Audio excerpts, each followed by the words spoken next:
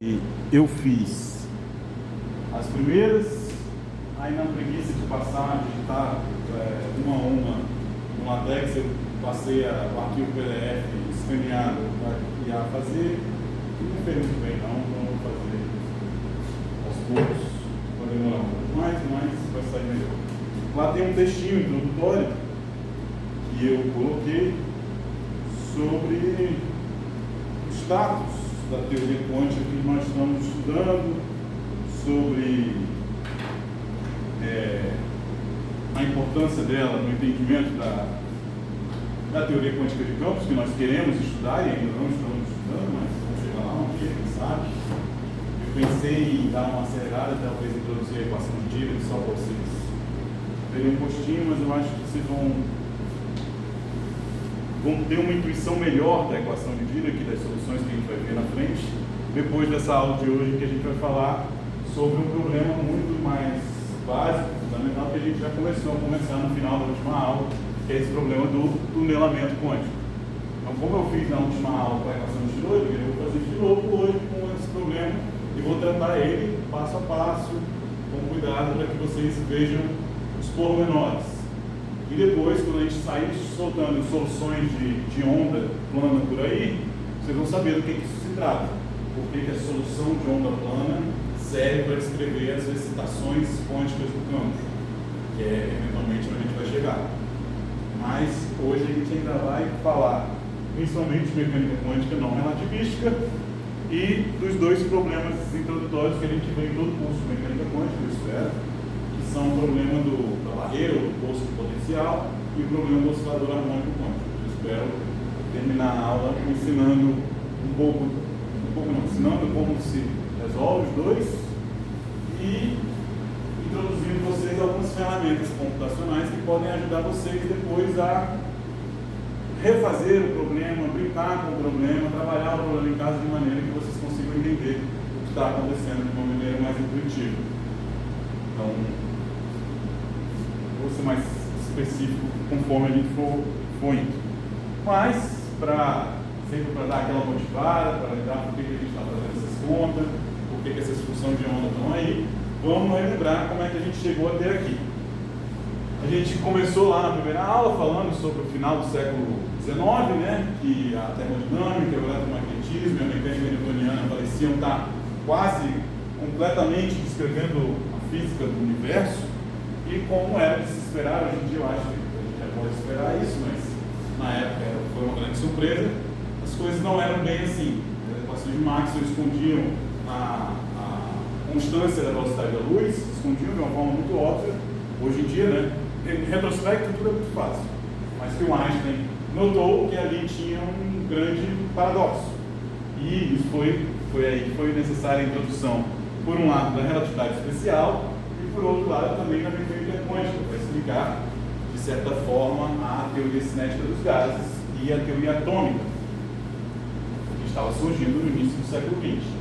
No início do século XX, o surgimento das teorias relativísticas e quânticas levou a uma mudança radical sobre a compreensão da realidade. E é sobre uma parte dessa história que a gente vai estar falando nas nossas aulas. A ideia de átomos como elementos fundamentais logo deu lugar à ideia de partículas, que por sua vez hoje são entendidas como representações de campos fundamentais. Então a gente está atrás nessa descrição quântica da matéria. A gente ainda não chegou lá, mas está chegando perto. E para então entender a origem desses campos, estudamos os conceitos básicos do formalismo matemático da teoria quântica não relativista. Isso que a gente vem vendo até aqui, não falamos nada de relatividade especial e vamos continuar sem falar. Ali eu botei uma fotinha do Ludwig Boltzmann, que é um dos primeiros não, porque isso é um conceito grego, né? Mas é um dos atomistas modernos mais ferrenhos, que defendeu a ideia de átomo, a ideia de que existiam esses elementos que eles chamam de complexions, que eram, na verdade, no caso dos gases, moléculas, né? Mas ele acreditava que existiam entidades discretas fundamentais da natureza. E um cara que não acreditava era o Max Planck. Eu falei naquela aula sobre radiação do corpo negro, sobre como Planck teve que ceder à sua intuição física para uma descrição discreta e quantizada da matéria, que na verdade foi inspirada pelas ideias do Boltzmann.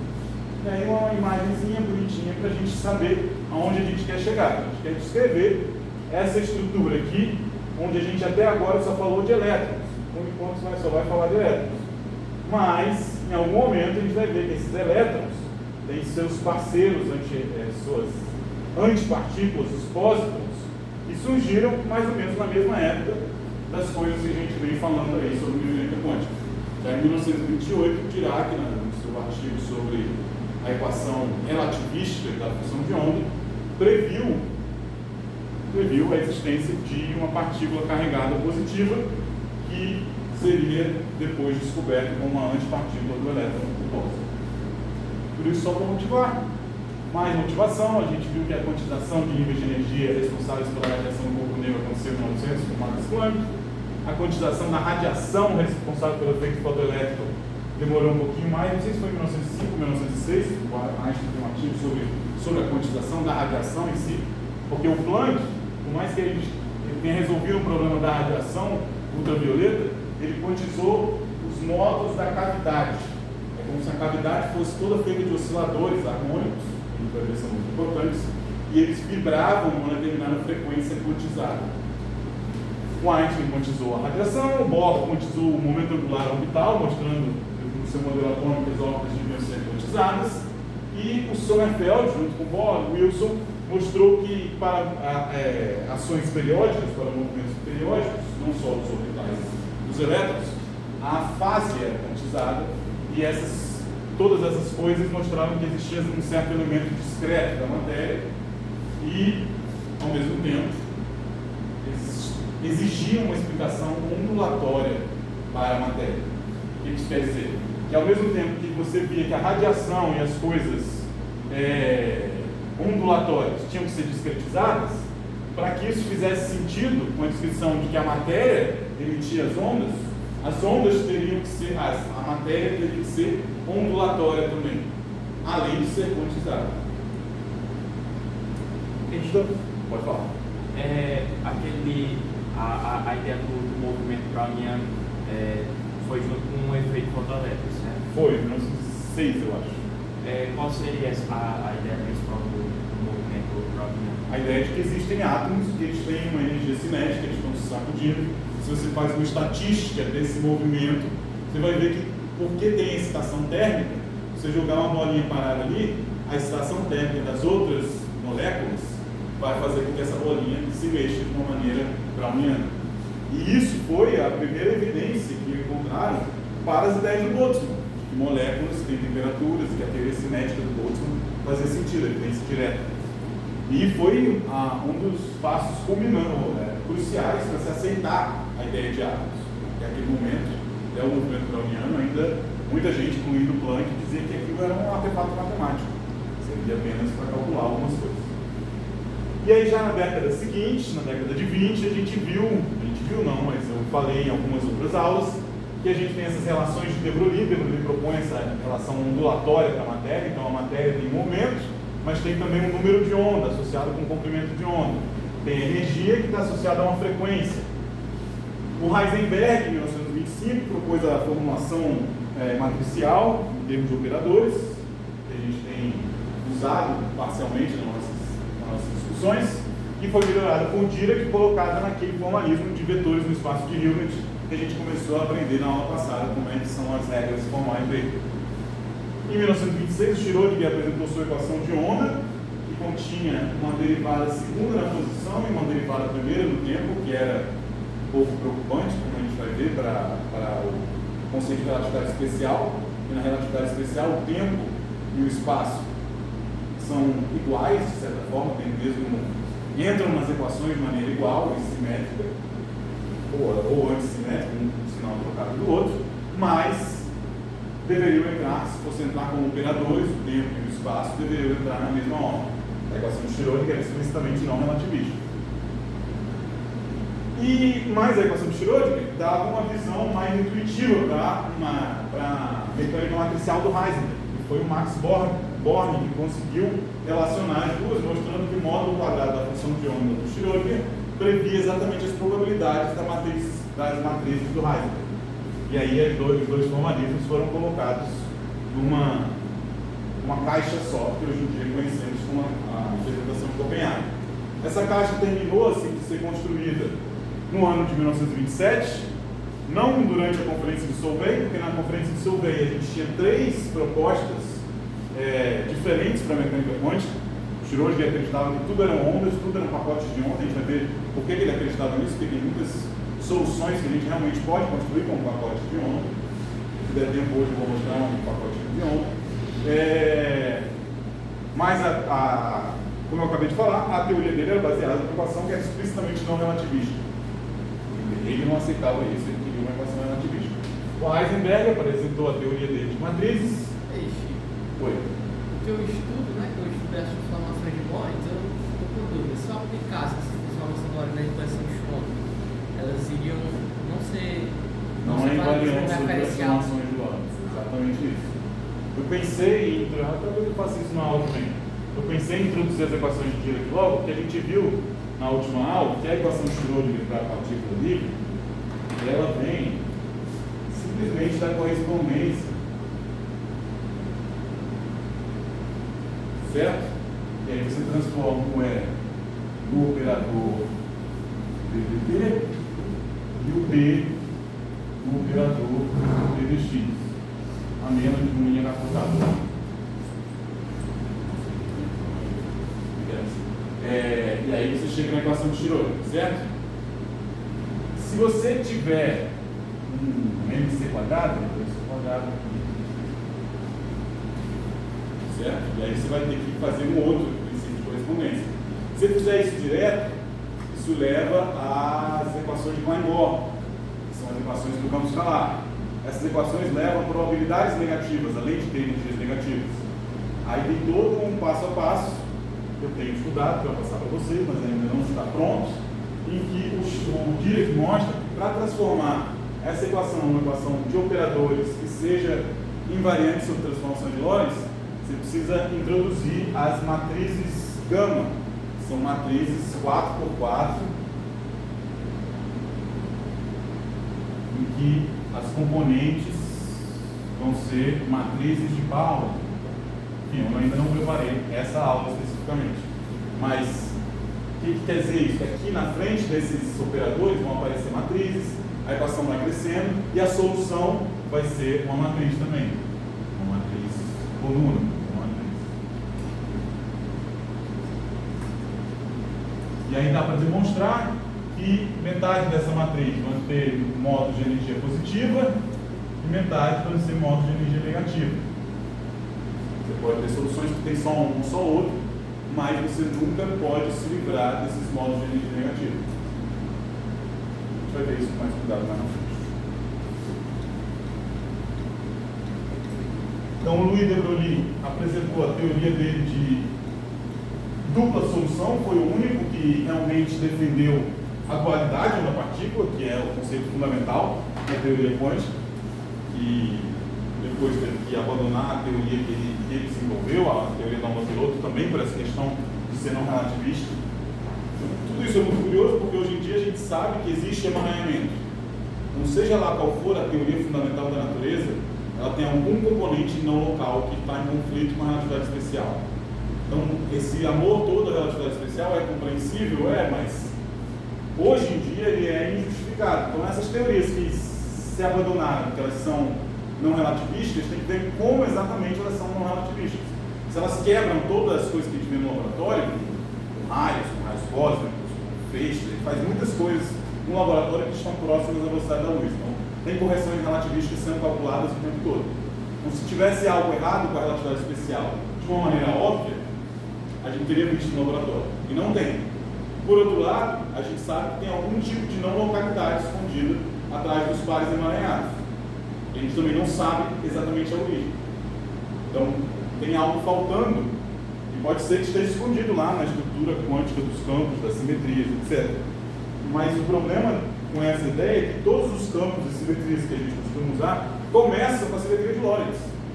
A primeira coisa que a gente faz é que nossos campos são invariantes sobre transformações de Lorentz. Então, vai ser difícil, na minha opinião, achar dentro desses campos algum campo que explique a não localidade de uma maneira efetiva. Mas enfim, é uma opinião, só uma divagação aqui. Então, depois da conferência de Solvay, houve também uma famosa conferência, menos conhecida, mas também importante, mas não foi uma conferência de vários debates, foi uma palestra de Niels Bohr, a conferência de Como, de 1927, onde ele introduz o princípio de complementariedade e fundamenta todo o formalismo do Heidegger, do Dirac, do Born, numa interpretação unificada que hoje em dia conhecemos como a interpretação de Copenhague. Então, além daquela equação que já estava no slide anterior, que é a equação de Schrödinger, que a gente já viu, a gente sabe que os postulados da mecânica quântica de Copenhague são os seguintes: todos os sistemas físicos são descritos por um vetor em um espaço de Hilbert. Viu na aula passada o que são os espaços de Hilbert. As grandezas físicas observadas são representadas por operadores hermitianos ou autoadjuntos nesse espaço de estados. Quando eu pesquisar, eu vi que hermitiano e autoadjunto não é a mesma coisa exatamente. Então, eu botei aquele asterisco ali, mas é quase a mesma coisa. Então, hermitiano. Só falando aí, o que eu estou vendo que realmente é necessário muita ajuda linear para ele. Sim. Você me recomenda um livro que eu vou para estudar álgebra linear ou que seja mais aplicado? Eu saiba não demonstrar as coisas da álgebra linear, mas sim saber resolver. Assim, se você tiver um tempo, eu recomendo você ver a mecânica quântica do Cohen Tanuji mesmo, de Bracket. Você vai usar bracket? Muito pouco. Vou usar de vez em quando, mas se você quer ver a álgebra linear em ação, é na formulação do Dirac. Nessa formulação do Dirac, isso aí eu vou falar de operador de criação, de distribuição na próxima aula. Mas se você quer ver isso em ação, você pega um livro de mecânica quântica, eu recomendo o Cohen Tanuji. Só que é grande pra caramba, é muito detalhe, é muita coisa técnica. Quando eu cheguei no Cohen Tanuji, eu já tinha visto a álgebra linear, já tinha visto algumas coisas mais básicas, mais gerais. Eu não lembro qual foi o livro de álgebra linear que eu estudei, mas eu lembro que foi fundamental, porque eu nem percebi quando eu aprendi mecânica quântica nas minhas aulas de mecânica quântica pelo Cohen Tanuji. Mas eu aprendi muita coisa, porque quando eu cheguei no mestrado, fui fazer a primeira prova, eu ainda lembrava das coisas da graduação, que eu nem sabia que eu lembrava. Chegou na hora da prova, tudo veio, e foi muito bom, foi uma super muito boa. Eu tive um professor muito bom lá na UFC. E ele usava, na época da aula, achava um absurdo que ele fazia a aula toda no slide do livro, passando o livro. Só que o livro é muita conta, se ele fosse fazer no braço, ele ia demorar 10 vezes mais. E é um livro ótimo, só que é isso, passo a passo, você tem que ir passo a passo. Eu recomendo você abrir lá, procurar nas milhões de sessões, tem um apêndice que vai ter o oscilador harmônico. Vai lá no oscilador harmônico e vê se você consegue entender só pelo oscilador harmônico. Ele vai citando tudo que ele usou diante. Mas tenta começar de uma sessão. Lá naqueles livros que eu passei também. Tá bom? Então, os únicos resultados possíveis de uma medida de um determinado observável são os autovalores associados ao seu operador, aí a álgebra linear todinha. A probabilidade de encontrar um ou outro valor é determinada pelo módulo quadrado da função de onda naquele intervalo de valores. Então, simples, a probabilidade de encontrar x é igual ao módulo quadrado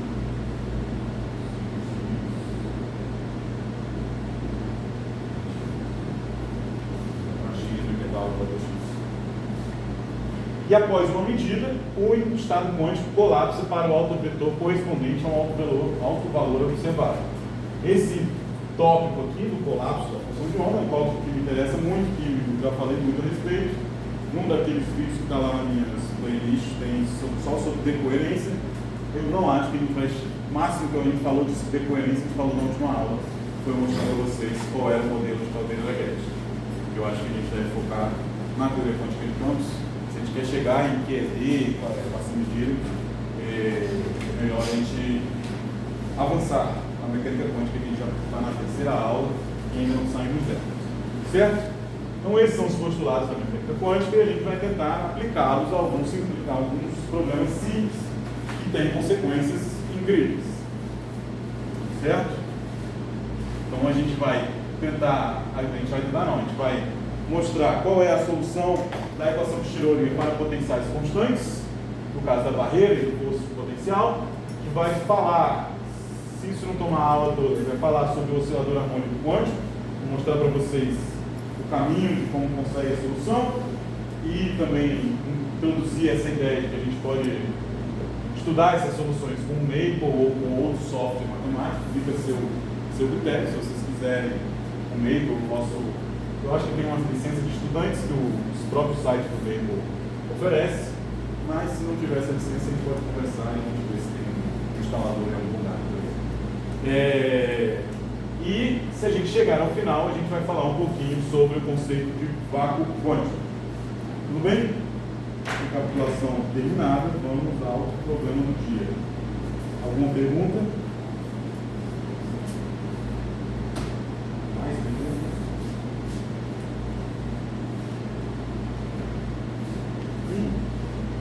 Para avançar um pouco mais rápido, eu botei algumas das equações aqui. Aqui é um gostinho que a gente vai fazer. A ideia é a gente entender o que são esses psi1, psi2, psi3 e essa figura vai voltar no final. Quando você falou oscilação ali, sei lá, quando você está descrevendo um movimento de um elétron cada uma, oscilação? Sim, pode. Os estados do átomo de hidrogênio não são estados estáticos, estados estacionários, mas a superposição deles, se você evolui eles no tempo, eles oscilam, de certa forma.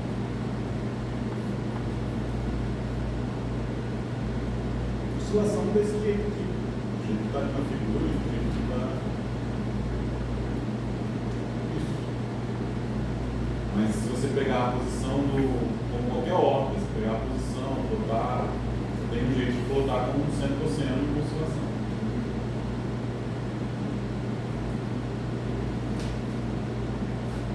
Aqui é o exemplo que eu já mostrei na aula passada das soluções do oscilador harmônico. Então, vamos lá. Para essa parte, eu usei principalmente o livro do David Bohm, não sobre o mecânico bohmiano, o David Bohm quanto um livro de 1951. Tem uma linguagem um pouco mais antiga, mas é muito claro que ele toca nos pontos sutis de uma fórmula.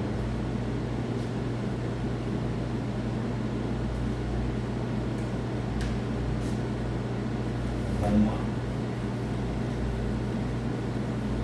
A equação de Schrödinger é essa aqui, né? Todo mundo lembra? O que é esse triângulozinho aqui para baixo? Você lembra, Carlos? Derivada espacial, laplaciano. Exatamente. Então você passa o resultado para cá, você tem uma equação de onda. Lá no livro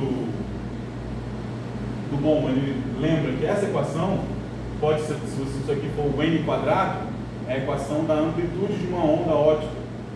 E o n é o índice de refração. Então isso é de fato uma equação de propagação da onda. E uma solução geral aceitável para uma região onde a gente tem um elétron se propagando na direção de uma quina de potencial com E maior que V, ou seja, com energia maior do que a barreira potencial, vai ser dada por essa solução aqui. Quando eu passar para o outro lado aqui. Agora, se fosse um elétron clássico e ele tem mais energia do que a barreira potencial, ele passa todas as vezes. Certo? A questão é que, como o elétron quântico tem esse caráter ondulatório, quando ele bate aqui, parte da onda passa, parte da onda reflete. Sempre, quando, é isso que a gente precisa calcular. As amplitudes da onda são esses números. Não só esses números, mas o módulo quadrado, em geral, como tem um i aqui na frente, o módulo quadrado das exponenciais vai se tornar só um número na frente. Então, esses números na frente vão te dar a amplitude da probabilidade. Vão te dar basicamente a intensidade da onda que passa.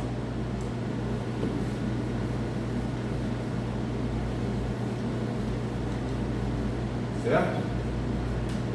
E aí, como é que a gente representa uma onda se propagando no espaço? Se ela está indo para lá, a gente se propaga com um sinal positivo. Isso aqui é o momento aplicado à posição. Então, a posição está avançando naquela direção. pacote de onda está indo naquela direção, certo? Esse outro componente aqui é um componente da onda voltando, da onda refletida, certo? Então, o que a gente tem no caso, se é maior do que V, é que do lado x menor do que zero, a gente tem uma onda indo e uma onda voltando, e elas interferem. Só que parte da onda, P2, parte do momento P2, eu marquei em amarelo aqui porque no livro está com sinal de menos, eu tenho quase certeza que o sinal é positivo aqui. Ele está falando de uma onda que vai para lá. Uma onda que vai para lá e ele já estabeleceu que os sinais positivos são todas as ondas que vão na direção positiva, então eu acho que ali o sinal deve ser positivo. Então você tem do lado de cá essa onda, do lado de lá aquela onda, e você tem que x igual a zero, elas têm que ser iguais. E aí essas são as condições de contorno, de continuidade da sua função de onda, que você pede que ela ψ1 e ψ2 sejam iguais, em x igual a zero, e as derivadas de ψ1 e ψ2 sejam iguais. É assim que você vai encontrar os seus valores de A e de B. E por que você precisa dos seus valores de A, de B e de C, na verdade? Em função dos momentos, das energias do seu problema. Porque é isso que vai te dar a amplitude que é transmitida e a amplitude que é refletida. A taxa de transmissividade e a taxa de refletividade. É isso que você quer saber quando você quer montar algum artefato quântico lá que dependa do tunelamento. Qual é a quantidade de elétrons ou pares de Cooper que eu preciso num determinado material para que haja uma probabilidade alta de tunelamento? Fazer a conta quântica e calcular lá qual é a combinação de parâmetros do seu sistema que vai te dar uma probabilidade maior do efeito quântico ocorrer. No caso, o efeito quântico aqui é a reflexão da onda. É o fato de que alguns elétrons refletem. Certo? Esse é o caso mais simples. O caso um pouquinho mais complicado é o caso em que a energia é menor do que V. Pode falar. Quando tu falou aí do caso que a energia é maior que a tabela diferencial, os resultados estimados é muito parecido com o calculado, né? Eu acho que depende da diferença, né? Claro. Se é menos V é muito. Se o resultado é preciso? É preciso. Muito preciso. Não tenho um experimento de cabeça aqui para pensar. Mas esse tipo de difração pela quina é um dos primeiros efeitos que você vê o caráter ondulatório do elétron. Porque antes de ter a dupla fenda, você tinha os feixes de elétrons em alvos. E esse alvo difrata. Por que difrata? Por que não parte só em trajetórias contínuas? Ela difrata de forma que interfere. Tem umas trajetórias enfim, tem umas franjas de interferência. Certo? Então, sim, os experimentos hoje em dia devem ser muito específicos, muito precisos. Se você quiser encontrar um e apresentar, você não estava aqui. Vai ter uma apresentação. Então, a ideia é que vocês escolham um problema simplesinho da mecânica quântica para apresentar e comentar sobre uma aplicação moderna dele. Seja no experimento, seja numa teoria, seja onde você quiser. E no final do curso eu vou pedir para vocês escreverem um textinho de 1 ou 2 páginas sobre o que vocês falaram na semana da apresentação. Certo? Já tem data. Oi? Já tem data. A semana da apresentação é de 9 a 12 de dezembro. Certo? De hoje? De hoje? 25. Então vocês têm 15 dias para escolher o tema, fazer o exercíciozinho. Mas tu vai propor, né? Não, é vocês que têm que propor. Tem nosso livro, mostrando 2 aqui. Lá nos livros que eu mandei, vocês vão ver, eu vou usar hoje o livro do Maple. Lá no livro do Maple tem os exercícios resolvidos. Então vocês, a ideia não é que vocês resolvam algo novo. Vocês peguem algo resolvido, resolvam, aprendam a resolver e expliquem para os coleguinhas como resolve. Quer pegar o átomo de hidrogênio? Vou pegar, tá? Comer uma boa hora de aula. Vou pegar, a ideia é que seja algo que eu devo apresentar em meia hora. Mas quem vai escolher são vocês. E se vocês vão usar mais computação, ou mais teoria, ou mais matemática, ou mais um quadro, ou mais slide, eu digo para vocês escolherem. Vai escolher o tema. Claro que vocês têm todas essas 15 dias para me perguntar, para me aparecer, perguntar se é uma boa ideia, se não é. Tá bom? Então, voltando aqui. Então, a gente tem de novo o mesmo caso, não sei porque eu tirei a figura, só que agora o pacotinho de onda é menor do que o potencial, certo? A energia do pacote de onda é menor do que a energia do potencial. Isso quer dizer que vai ter reflexão, com certeza. Mas será que vai ter alguma coisa do outro lado? Provavelmente não, mas temos que calcular qual a probabilidade de se encontrar um elétron se propagando por aqui, ou uma onda, ou um pacote de onda, ou alguma coisa assim. Então, de novo, a gente tem agora para a região dentro do potencial, ali, ó, x maior que zero, para x maior que zero, agora a gente vai ter essas duas soluções, de novo com aquele caráter de uma se propagando para lá e outra para cá, mas notem bem que agora as soluções são reais. Quando V é maior do que E, está aqui dentro da raiz quadrada muda, o I desaparece, a gente tem soluções reais. Só que esse potencial está x maior que zero, esse potencial é contínuo, é para sempre. Ele é para infinito. A onda se propaga no infinito. Se ela tiver uma exponencial positiva em x igual a infinito, essa exponencial é infinito. Então não pode ter esse termo aqui. Esse termo violaria a conservação de probabilidade. Certo? Então esse termo é zero. Preste atenção, porque no caso da barreira de potencial, não é o caso, porque x não precisa ir para infinito.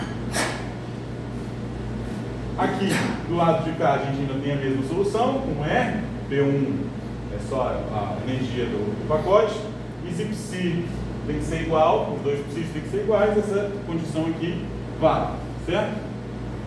Tudo bem até aí, pessoal? A outra coisa que eu falei, João Pedro, antes de você chegar, é que por causa do negócio do certificado, eu tive que preencher um formulário e pensar em métodos de avaliação. A ProEx pede para eu citar quais são os métodos de avaliação que eu vou usar no meu curso. E além dessa apresentação, e esse texto, que vão ser a parte menor da nota imaginária, a parte que vai contar mais para a nota é quanto vocês participam nas aulas, quanto vocês perguntam ou não nas aulas, certo? Não importa se você fez uma apresentação maravilhosa, escreveu o melhor texto da sua vida, e se você não participou das aulas, a nota não será correspondente. Isso é para ver se vocês participam. Bom, fazendo essas contas, igualando C mais D em outros passos algébricos que eu fiz aqui, mas que eu não vou fazer de novo ali. Já adiantei um pouco, cara. Então, não vou fazer essa parte.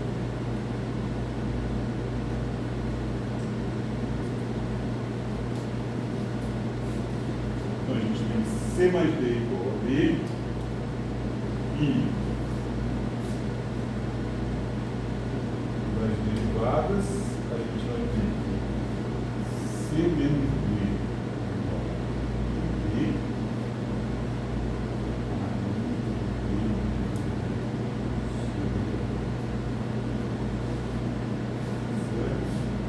essas duas condições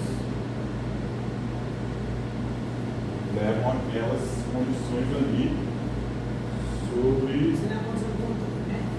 Essas condições de contorno, condições de fronteira, exatamente onde o potencial muda de zero para o valor constante.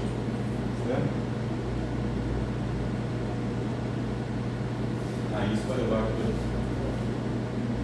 vai levar a essas igualdades aqui. C vai depender só disso.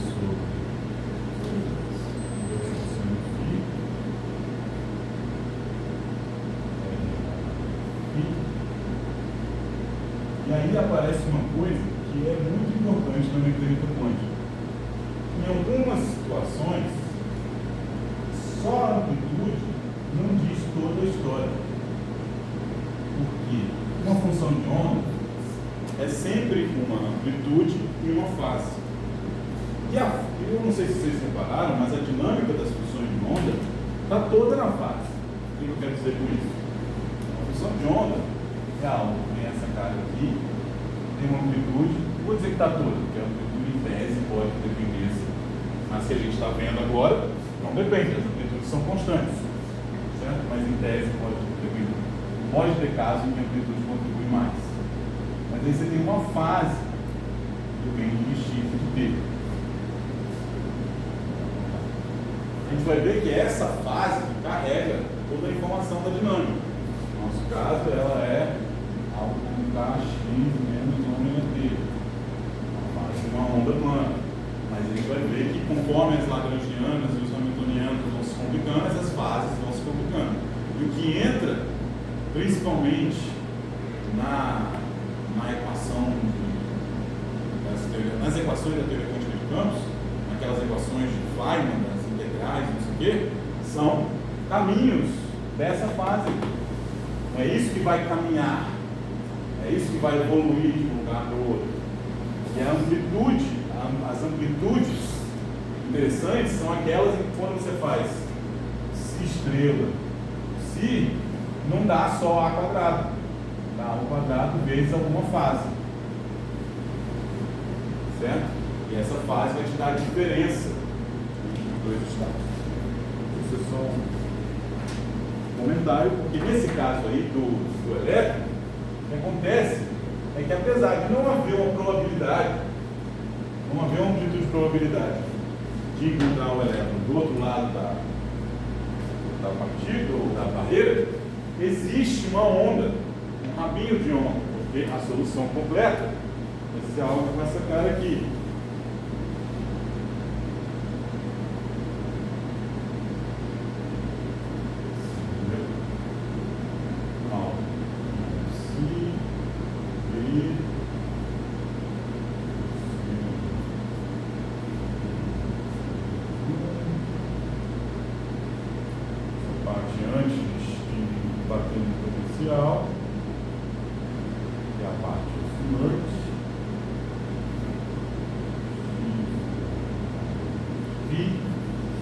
Mais aquele exponencial tem um B com amplitude.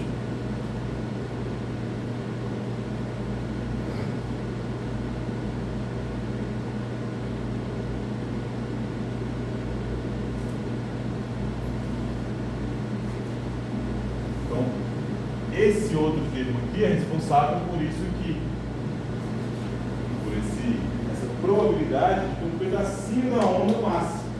Mas se você tentasse medir se tem um elétron ali, você vai precisar introduzir outra onda muito maior do que a ondinha do elétron. E aí o que você vai medir é uma consequência dessa onda, não tem nada a ver com o elétron que está voltando ali. Certo? Não há a probabilidade de um modo coerente, ou seja, de um elétron inteiro aparecer aqui. Certo? Não vai aparecer aqui se a barreira for infinita. Agora, se a barreira for finita, as coisas são um pouco diferentes, porque aquela condição que eu coloquei sobre A, ou seja, a amplitude da exponencial positiva, não é mais imposta automaticamente. Você tem um A, ou seja, tem uma possibilidade daquela exponencial não decair totalmente antes da barreira acabar. É exatamente isso que acontece no fenômeno do tunelamento. Certo? Vamos falar muito bem desse trabalho.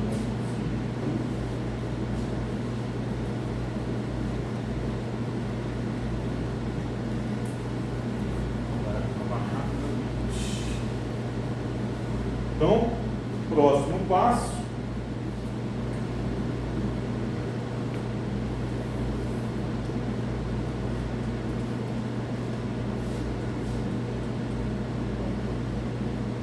Próximo passo é esse caso aqui, que a gente tem energia menor do que uma barreira finita, mas tem a probabilidade de encontrar a partícula do outro lado. Então, como é que a gente vai modelar os diferentes psis aqui? que são os diferentes psis? Vocês já entenderam, né?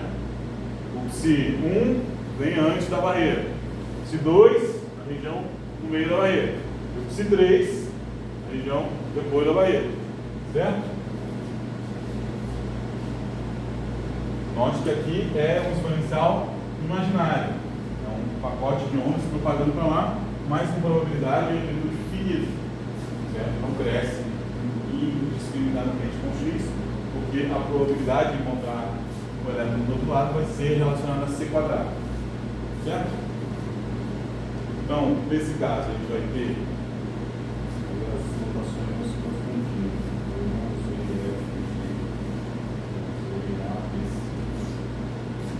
Vamos lá. Dentro da barreira, a gente tem o momento da partícula vai ser V2 igual a isso.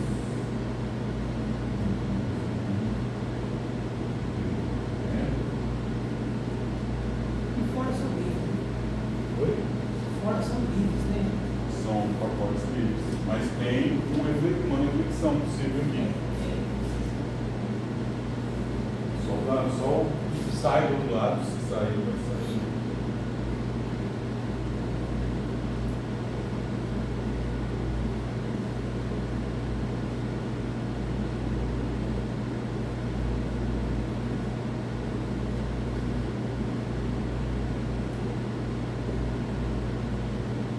Certo?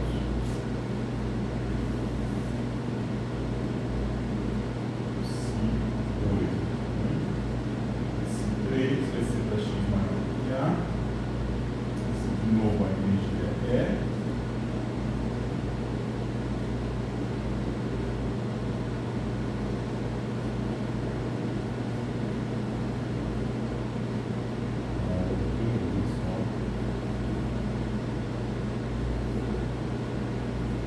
Por isso que não é relativístico. A gente está fazendo essas relações entre B e E, que são puramente não relativísticas.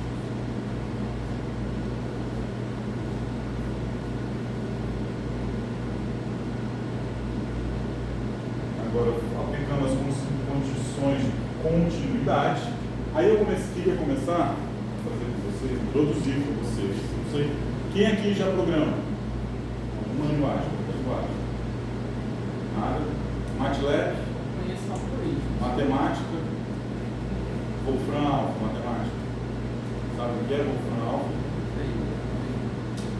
Então, vocês vão ter que aprender a mexer com alguma coisa. Escolha seu veneno.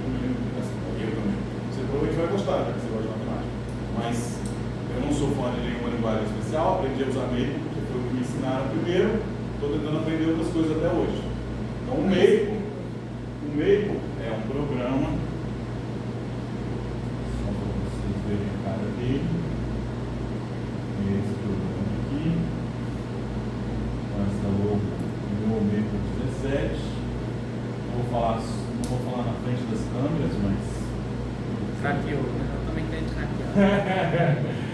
aí você, no Maple, é uma linguagem de tipo programação, né? Software de matemáticos tem linguagem de tipo de programação. O que é linguagem de tipo de programação? Você tem que fazer definições, chamar pacotes, chamar classes. Só que aqui as classes e pacotes já estão mais bem definidos. Então você não precisa saber tanto o que está por trás do capô quanto você precisa às vezes em Python. Mas eu recomendo todo mundo aprender Python, porque infelizmente é o nível do momento. Olha, Brito.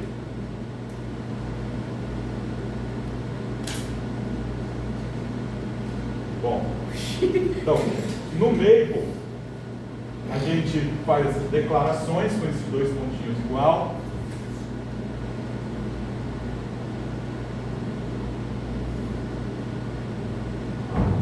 Funcionam como as definições que você vai precisar, que eu defini algumas constantes, eu tirei isso do exercício que o Henrique fez sobre essa barreira exponencial. Então lá, você define os seus psis, então aí quando você quer definir uma função, aqui são constantes, então só definir o número. Aqui é uma função, então, dois pontos igual x, setinha, aí a função. Aí isso vira uma função, toda vez que você chamar psi1 de x, você vai estar chamando essa função aqui. Certo? Então, Esse caso aqui é só um exemplo, não vou ensinar para vocês aqui o passo a passo de cada um dos contos do Maple. É uma coisa que eu acho que todo mundo vai ter que aprender, seja o Maple, seja outra coisa. Então vocês vão ter que botar a cara. Mas o que está acontecendo aqui nesse comando que eu botei ali no slide? Eu botei no comando solve. Solve é o que parece, é resolva. Resolva o quê? Esse sistema de equações. Então vamos lá. Eu vou botar no slide para ficar mais. Quando fala resolver, é botar no gráfico? Não. Só resolver. Resolver é resolver. É me dizer o que é a solução, no caso aqui, desse sistema. O que é o sistema? Então, vamos montar um sistema para vocês verem. Tem um C1 também, que é um. Não vai botar um C1 na linguagem do livro, não posso resolver. Vi as condições de ser autor, né? E É. vai para resolver.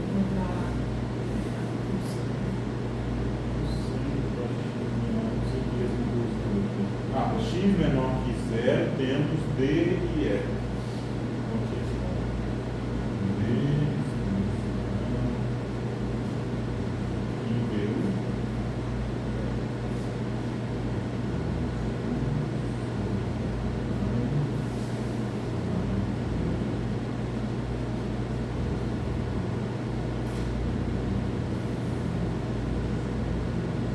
O que aquele comando está fazendo ali?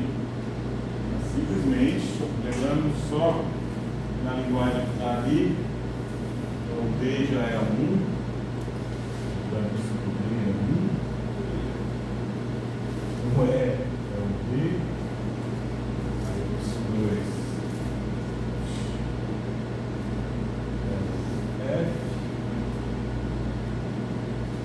G,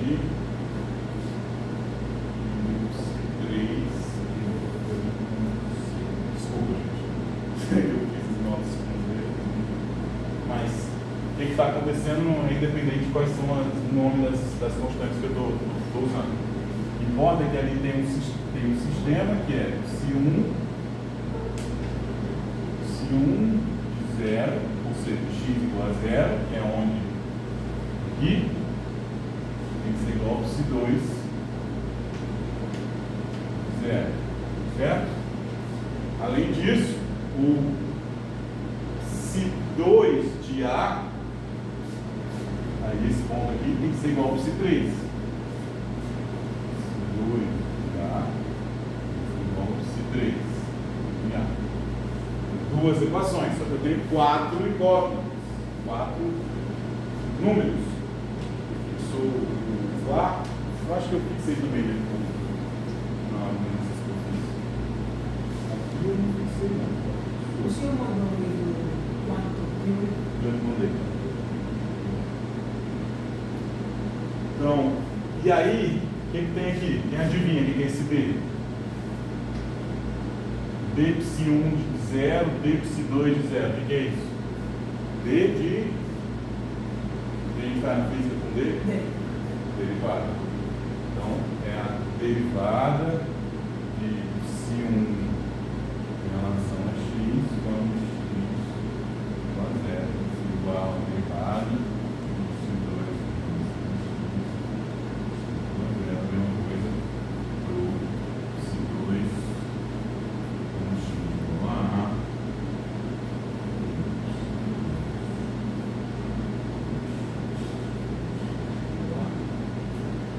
Então, o que eu estou dizendo ali quando eu digo solve?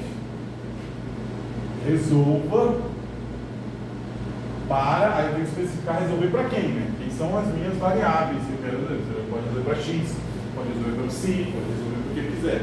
Eu especifiquei que é para B, C, F, G. B, C, F, G. Certo? Isso vai me dar os valores, esses valores vão virar números, quando eu vou botar os meus parâmetros, nesse caso aqui já estão colocados. No caso aqui do livro está bem genérico. E aí o resultado genérico,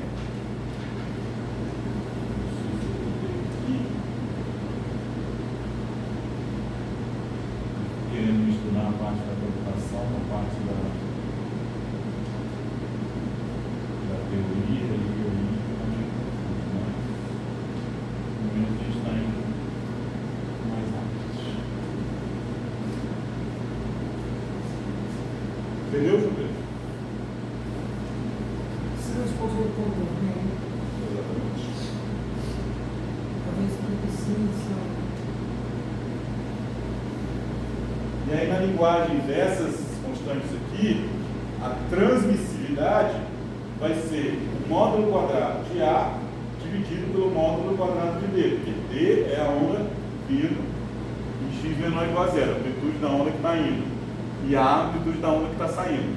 Então, a diferença entre A quadrado e D quadrado vai me dar a probabilidade, ou a chance de que uma partícula faça o quê? Tunele por uma parede, certo?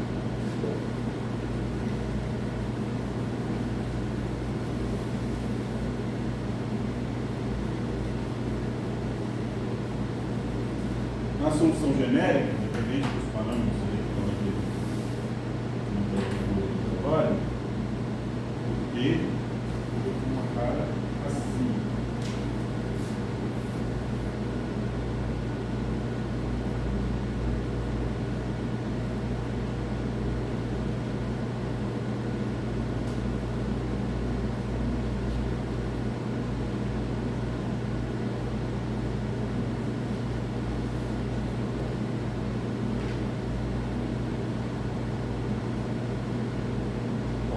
Vai depender do momento e do tamanho da barriga.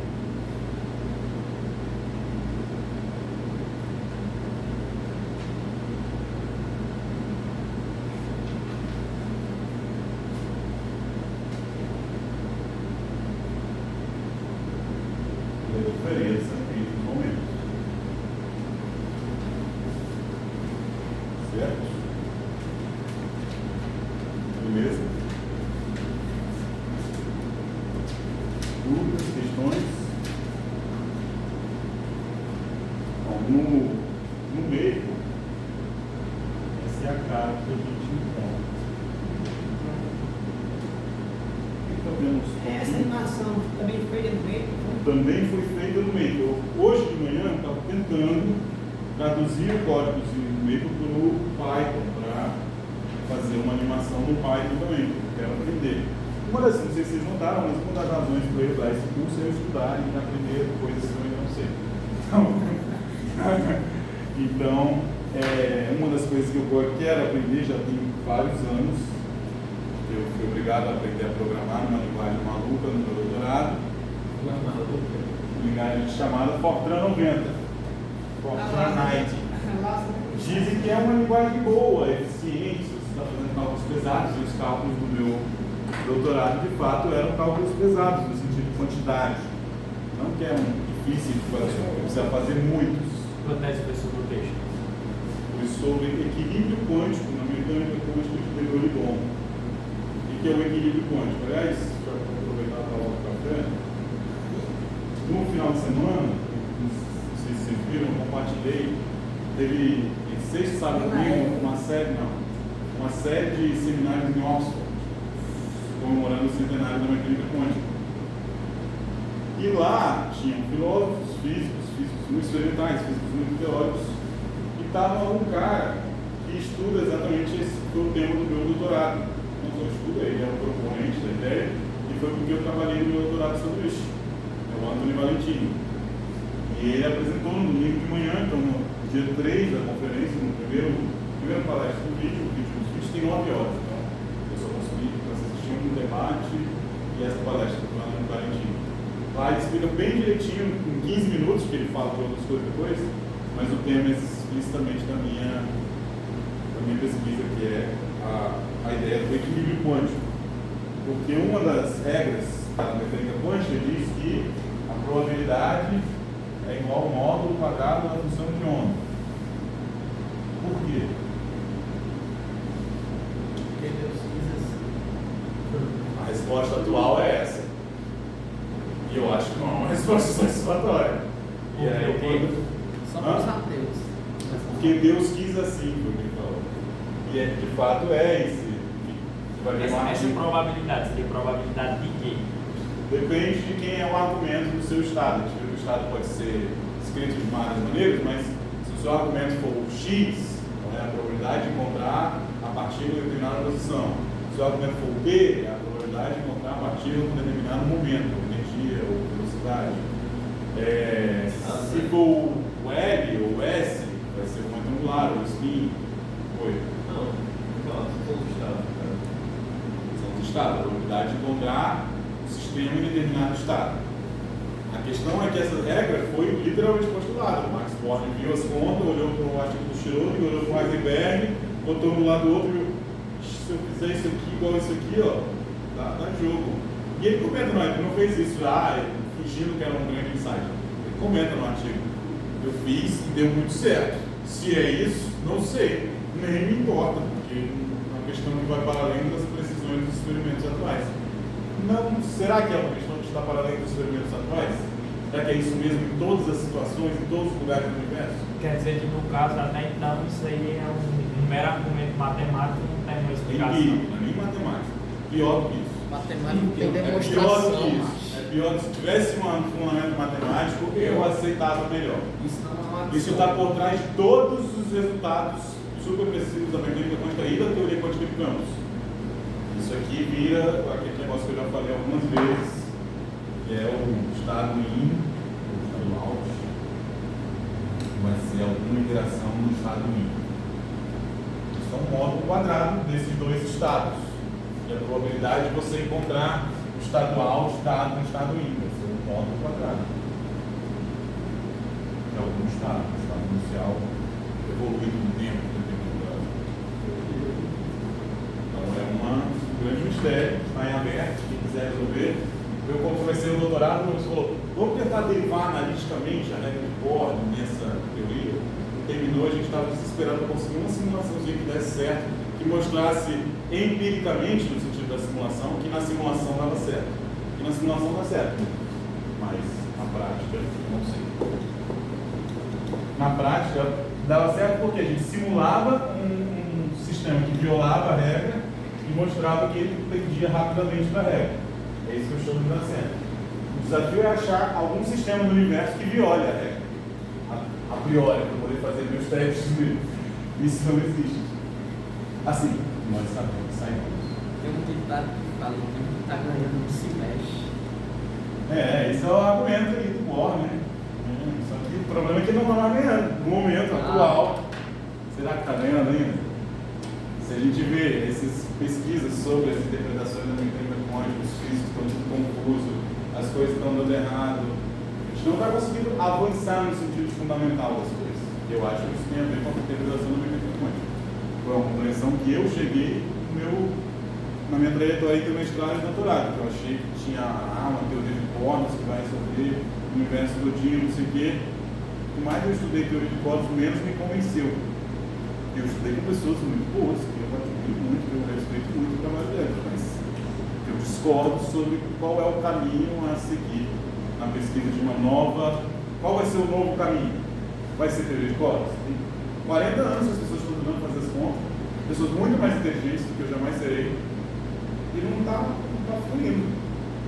Só prova que o conhecimento não é muito rápido. Pode ser, isso é um dos argumentos. Mas tudo bem, voltando aqui para a nossa aula, isso foi uma digressão completamente aleatória. A regra de Born não está sob debate nessa aula. Nós aceitamos ela como se fosse escrita por Deus. E nós acreditamos em Deus, seja lá quem for. Então, aqueles estados do último slide, obviamente, são estados estacionários, funções de x. Para você evoluir um estado estacionário, a equação de Schrödinger nos diz que a gente pode evoluir eles com essa exponencial aqui, onde o W vai ter a ver com a energia, com os níveis de energia do seu sistema, certo? Então, essa animação foi feita com a parte real de Psi1, a parte real de Psi2 e a parte real de Psi3, mas eu acho que se você tirar o módulo quadrado de cada uma delas, vai aparecer uma onda fixa. Eu acho que o problema é esse, se você tirar o módulo quadrado com essas exponenciais, você não vai ter propagação, aí você não vai ter movimento, e a animação só é legal se tiver movimento. Se é por David. É bom, o bicho é bom, o David é bom. Tem em português, não só em inglês, viu? Esse é isso, ó. Tem uns livros dele em português, mas são mais pesquisar se tem em português, acho que não. Muito bom. Então, algumas aplicações, assim, como eu falei no final da aula passada, esse negócio do nivelamento quântico acabou de ganhar um Nobel. Então, se vocês quiserem falar sobre o Nobel, eu vou adorar ver uma palestra sobre o É Nobel. verdade. Então, é um dos temas. Eu posso falar? Pronto, você já pegou, acabou. Ele vai ser o supervisor da aula, também, então ele pode começar falando do Nobel e depois ajudar vocês nas outras apresentações. Aqui eu citei nas minhas notas, está lá no livro também, o decaimento alfa do núcleo. Eu acho que eu já falei na última aula que a partícula alfa é uma partícula positiva, mas que está aprisionada no núcleo e também é positivo.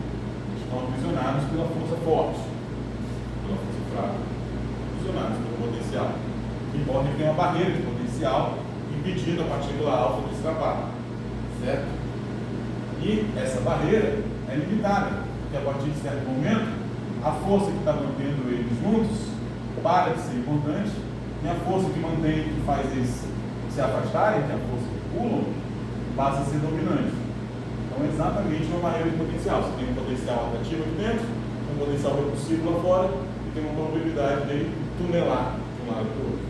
Seu decaimento alto. Quando ele tunela, é a força de bomba, se pega a força de bomba. Exatamente, se aparece desse lado aqui, a força de Coulomb vai tomar aí. Entendi. O picture, a imagem que o Mon coloca lá no livro, ele admite uma imagem pictórica, porque é clássica, é de que tem a partícula alfa está meio presa aqui dentro, digamos, R igual a zero, né? Ela está aqui oscilando, ela tem um comportamento oscilatório, até que ela atravessa. Então isso é só uma imagem pictórica do evento. E por fim, tem o caso do poço de potencial. Nessas barreiras, etc. Antes de passar para o oscilador harmônico, a gente tem também o caso do poço de potencial. Qualquer potencial atrativo é um poço de potencial, certo? Então a Terra tem um poço de potencial. Qualquer carga com massa vai ter um potencial atrativo que cresce conforme você se aproxima dele, né? A gente lembra que a carga potencial de Coulomb, por exemplo, que é sobre F. Quando R tende a zero, o potencial explode, certo? É um poço no sentido de que prende você dentro dele. Tudo bem? Então, se você tem uma onda dessas do elétron se aproximando de um poço que é atrativo, o que você vai ter quando ele cair aqui dentro? Vai ficar preso. Mas teria por que ele refletir? Não, né? E ainda assim ele reflete.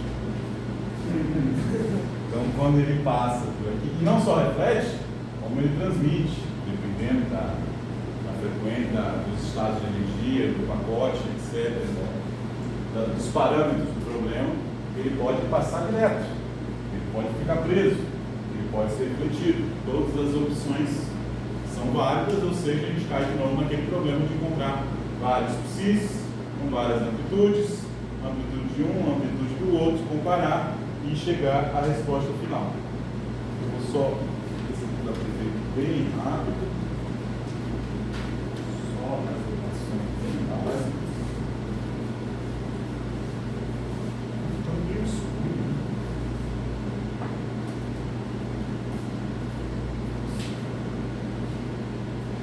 Achei essa primeira tomada aí.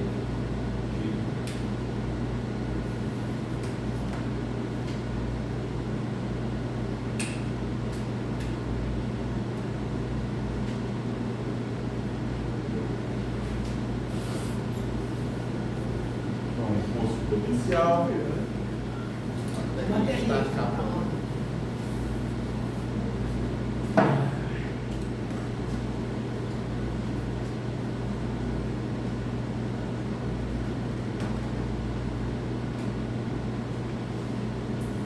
E aí?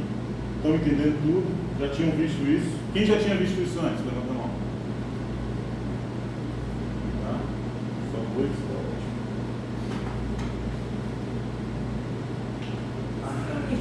minicurso antes aí, irritante. Você ministrou o minicurso? Eu ministrei minicurso. Não. Fui até o Estado de vaga. Fui até o vácuo, fui. Está indo de vaga. Fui no vácuo.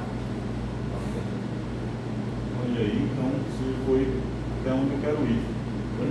Mas ia passar. 2020. Você ainda lembra?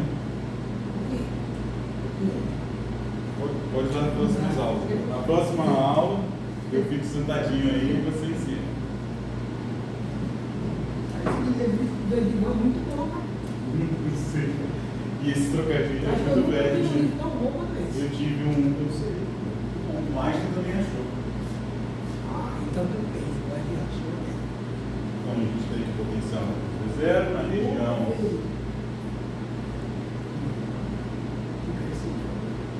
Na região, deixa eu ver se é menos A, ou se é zero A.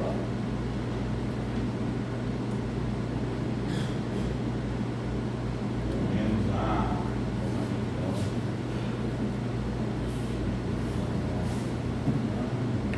A, menos. Deveria ser positivo, para chegar a com a do outro lado, você tem a probabilidade de haja transição. No P1 é igual a raiz quadrada de 2 ME.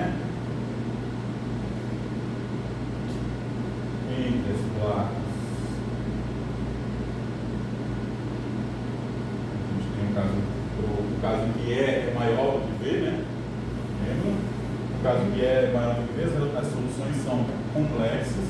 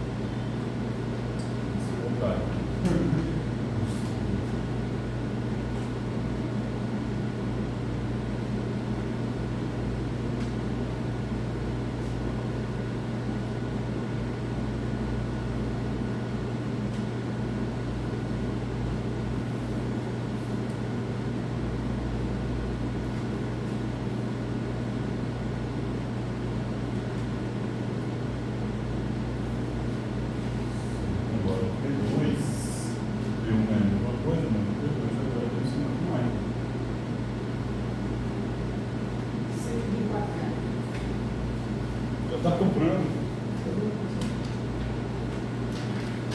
Vocês sabiam que o Joalisson vai ser o mais novo professor do curso de física? Acabou de passar na prova para substituto ou temporário? Para temporário. Esperamos que o tempo dure muito. E aí, isso leva a essa fórmula aqui da transmissão igual transmissividade, né? Igual, não vou fazer de novo, porque enfim, vocês já aprenderam que é um sisteminha algébrico. O Carlos aí que gosta de álgebra pode resolver. Qual é o sistema? Qual é o sistema? Resolver agora psi3 igual a psi2, psi2 igual a psi1, etc. Até chegar os resultados que levam a essa fórmula aqui. Certo? O que essa fórmula nos diz? Que quando P1 igual a P2, ou seja, não tem poço, a transmissividade é 100%, né? Passa direto, é só um pacote de onda andando. Agora, quando P2 é diferente de P1, a transmissividade é, em geral, menos do que a unidade, indicando alguma reflexão aconteceu. Não só para cá, mas aqui dentro. Aqui dentro você vai ter uma possível oscilação dos módulos aqui dentro. Então vai depender da forma da sua onda, como ela passa no... Ali no vídeo é 1/4, aí P1, P2. P1 sobre P2 mais menos P2 sobre P1. Não, mas é 1/4, né? É, Então, 1/4. E aí eu deixo para vocês procurarem lá no livro do bom, um pouco abaixo dessa figura 11, e antes dessa figura aqui, o número agora, a explicação de como a gente pode entender esse resultado em termos de ondas interferindo, picos de onda interferindo positivamente. Certo? Um poço de potencial é mais um desses Chico, no caso, a teoria onda-partícula, ela vem antes dessa compreensão aí, né? Sim. Isso é uma consequência, né? A gente está vendo consequências de considerar que o elétron tem uma ondinha associada a ele. E a consequência é que toda vez que ele passa numa quina, ele vai difratar. E essa difração vai causar efeito de interferência. É exatamente o que acontece nas quinas. Você tem raios de luz passando.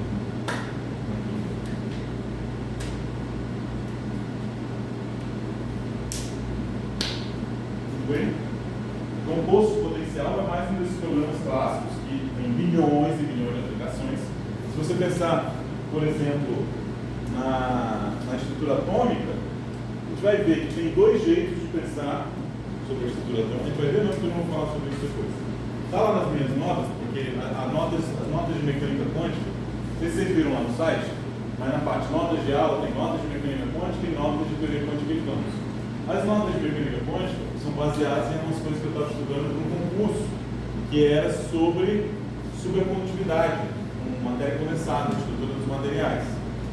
E os sólidos são modelados como redes de átomos, né?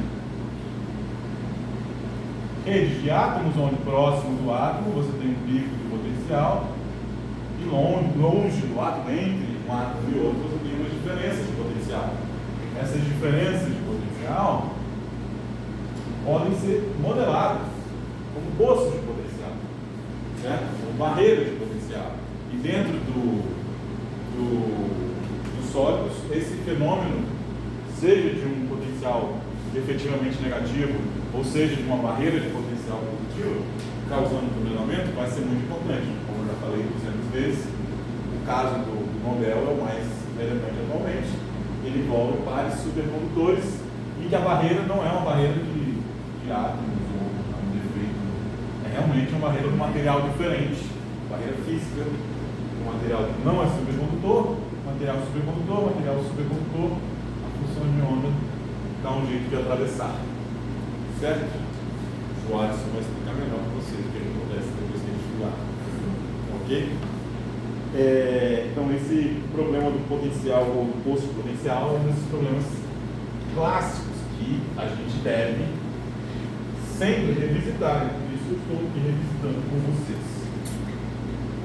Um outro problema que também está ligado a essa ideia de modelar os sólidos, mas não só os sólidos, todos os materiais, é o problema do oscilador harmônico.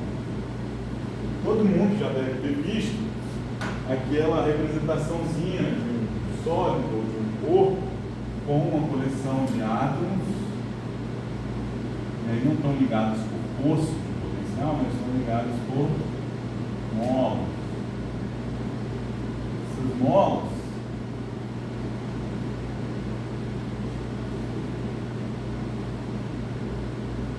podem vibrar, e vibram, porque os átomos em geral não estão a temperatura zero absoluta. E tá, então eles vibram. Quando eles vibram, essas módulas têm modos de vibração. Então, na física de materiais, muitas vezes esses modos de vibração são tratados como partículas, eles mesmos. Você pode criar um modo vibracional no seu material e controlar ele quanticamente, de maneira que a ondulação que vai acontecer no seu material seja quantizada. E quantizada no sentido que é muito parecido com o que uma partícula é. Então, esses são os fônons, quando são partículas bosônicas, e tem um outro nome quando são partículas fermiônicas. Agora ele está fazendo. Então, o oscilador harmônico, como a gente vai ver, ele vai aparecer toda hora. vou dar uma representação para ele aqui, aí na aula que vem, quando ele for falar de vácuo, eu vou dar outra representação para ele, e aí, talvez hoje ou talvez na próxima aula, eu dê a representação dos sketches, dos operadores, como dos modos de vibração do oscilador harmônico, como coisas que você pode criar ou destruir, igual a partículas na física de partículas, mas não aqui. E a gente está falando de mecânica quântica na relativística, então não tem criação de partículas. Mas você pode, se você tiver um sólido, um número fixo de partículas, você pode dar energia para esse sólido e fazer essas partículas vibrarem mais. E conforme elas vibram mais, elas ganham mais modos de vibração acessíveis a elas, certo? Porque um determinado sistema quântico tem tantos modos acessíveis quanto a energia do sistema permite. Então, o que faz com que, por exemplo, no modelo atômico do quark, eu tenho um elétron aqui, o que pode fazer ele pular para uma camada superior? Se o átomo supostamente só tem essas duas camadas, tem uma camada. Se você der energia para ele, certo? A pergunta que você fez sobre poder modelar como um modelo, como um movimento oscilatório.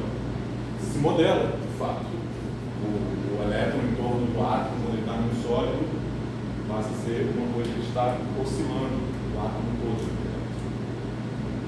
Certo? Os osciladores harmônicos são fundamentais. Então, se vocês já sabiam, né, essa aula aparece na física clássica também.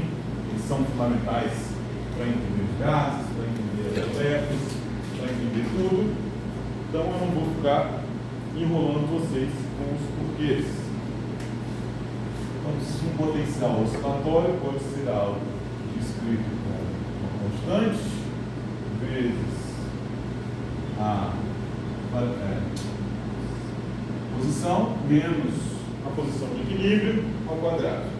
Qualquer sistema próximo ao equilíbrio pode ser aproximado pelo oscilador harmônico. Então você pode ter vento também, pode ser aproximado com o oscilador harmônico. Não precisa ser coisas que sejam necessariamente explicitamente ondulatórias. Também que tem ondas escondidas por trás de qualquer movimento periódico. Assim como tem órbitas escondidas por trás de qualquer movimento periódico. Pode também escrever tudo em coordenadas polares e ver tudo em círculos e etc. É o que se faz no átomo de hidrogênio. Você desenha tudo como em coordenadas polares. Para um oscilador constante, um A igual a zero,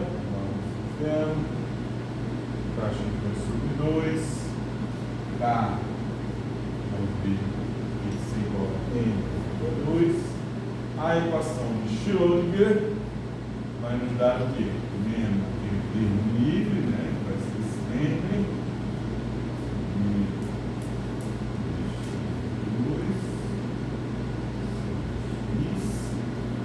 mais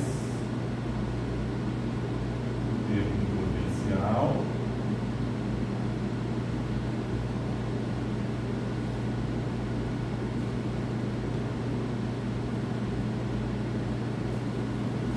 certo?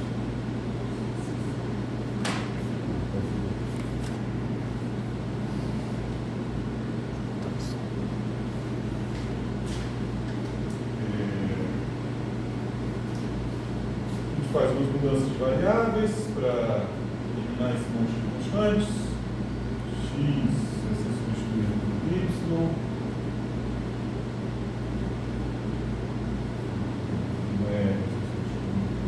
De novo, estou seguindo o capítulo do livro do Bom, agora sobre o oscilador harmônico. Acho que o capítulo, você consegue ver aí?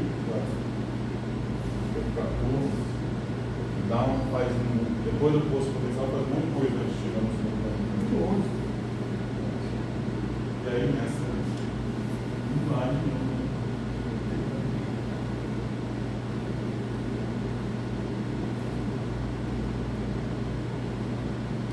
não é uma equação um pouquinho mais complicada do que a equação do posto potencial por esse terminho quadrado, certo? Mas esse terminho quadrado é o que nos permite escrever isso aqui tudo como um produto de dois operadores.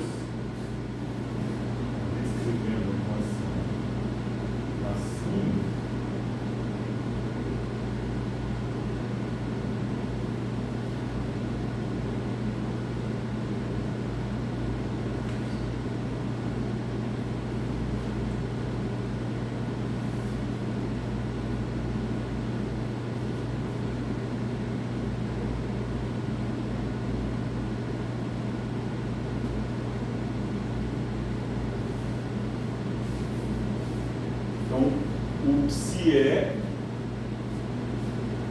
corresponde às autofunções com alto valor epsilon.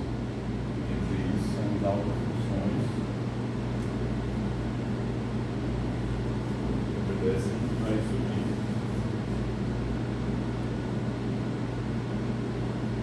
Ou seja, quando elas forem evoluir no tempo, elas vão ganhar aquela inicial.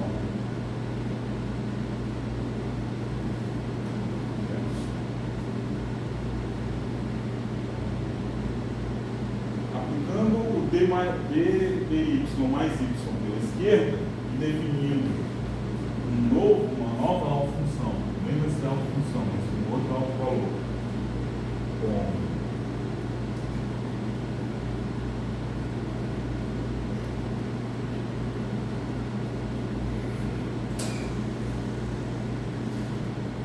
agora, usando essa definição, aplicando aqui pela esquerda,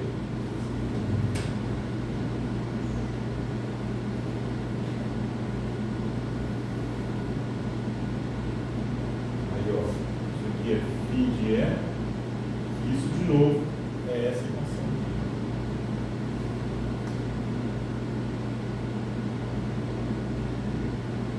Mas com algum valor diferente.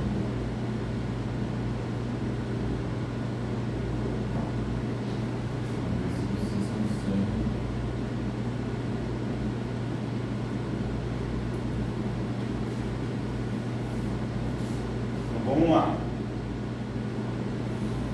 Nessa equação aqui, esse operador todo, que é isso aqui, está aplicando o psi e está dando um número vezes o psi. Então, o psi é um autovetor, uma autofunção desse operador todo, certo? Com esse alto valor, epsilon menos 1 aqui. Beleza? Só que se eu reescrever a equação e aplicar de novo esse operador para cá, eu mostro que isso aqui também é uma alta função, agora com um outro alto valor, menos 2. E se eu fizer isso de novo, vou com menos 3. Se eu fizer isso de novo, vou com menos 10. Se eu fizer isso 1000 vezes, tenho energias negativas. E, obviamente, não temos energias negativas. Então, isso é um sinal de que a gente precisa impor uma condição sobre o meu status, que é o que a gente chama de a condição de vácuo, condição de mínima energia. Uma condição que diz que o alto estado não pode ter uma energia menor que tanto, certo? E, nesse caso, o menor valor que epsilon pode ter, então é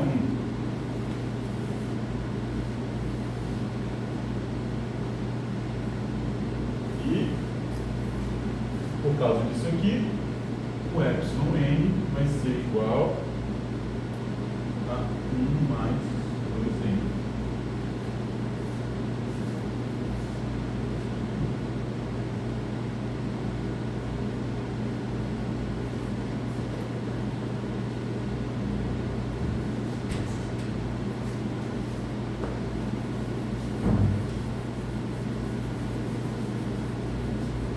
É isso, professor?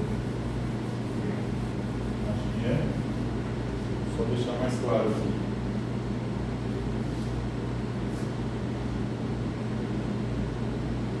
O menor valor para que essa equação dê zero, então é isso aqui.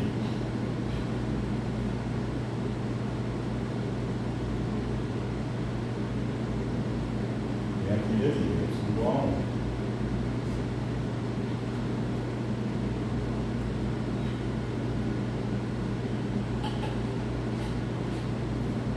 Porque se a gente quiser aplicar o operador total, a gente vai chegar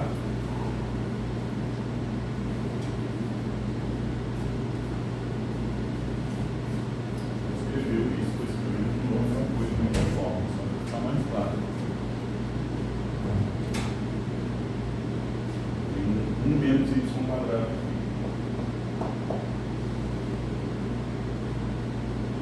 Todos os valores permitidos para epsilon têm que ser tais que epsilon menos 2 igual por isso. Certo? Então, para o estado mais baixo, vai ser solução dessa equação aqui.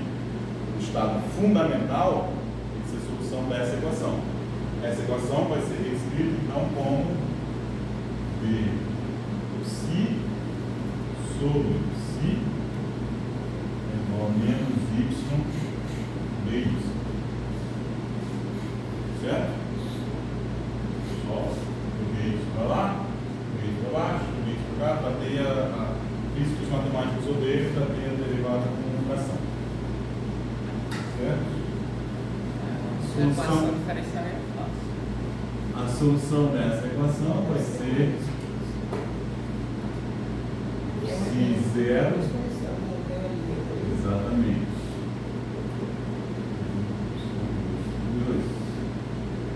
Certo? E a condição de normalização, que é legal, isso aí, todo isso. Aí de pi. Aí de pi. Vocês podem checar isso com o software matemático à escolha de vocês. Integral. Você seria uma coisa com o oscilador bom? Hã? Com o oscilador. É o oscilador harmônico. Não, Ah, não. É o oscilador harmônico. Eu estou falando do oscilador isso, gente. Foi sobre o oscilador harmônico. Se não estava claro, eu acho que faltou alguma parte.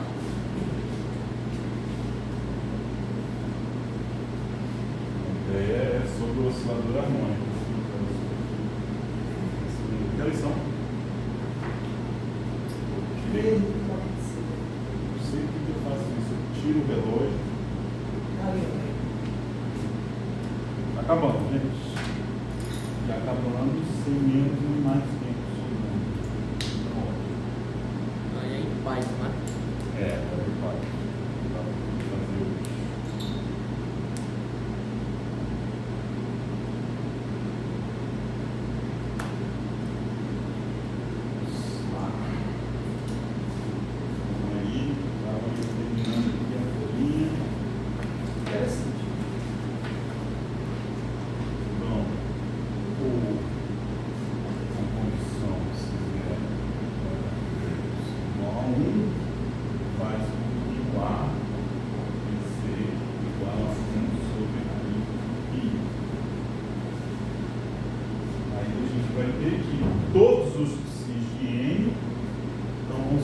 Aplicações sucessivas desse operador convexo, né, quadrado, no psi0. Você vai ter, na verdade, o operador negativo. Se eu aplicar isso aqui, eu volto para a equação de Schrödinger, né? Aplicar o menos, senão o menos trocado, eu volto para a equação de Schrödinger. Então, se eu aplicar esse menos n vezes, vai ser sempre uma solução da equação de Schrödinger. Certo? A gente já viu que o estado que é a solução disso aqui é uma solução. Uma constante.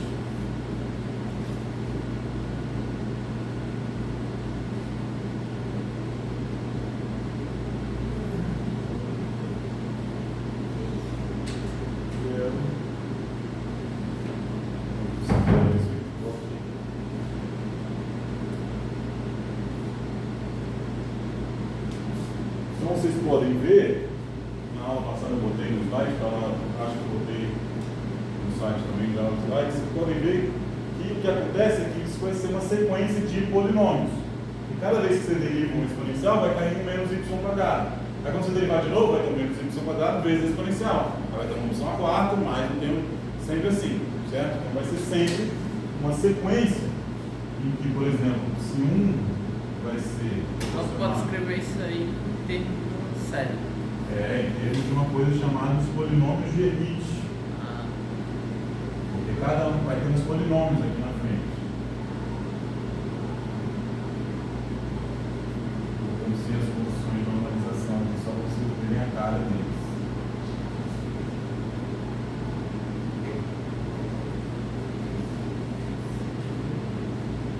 Só esses dois.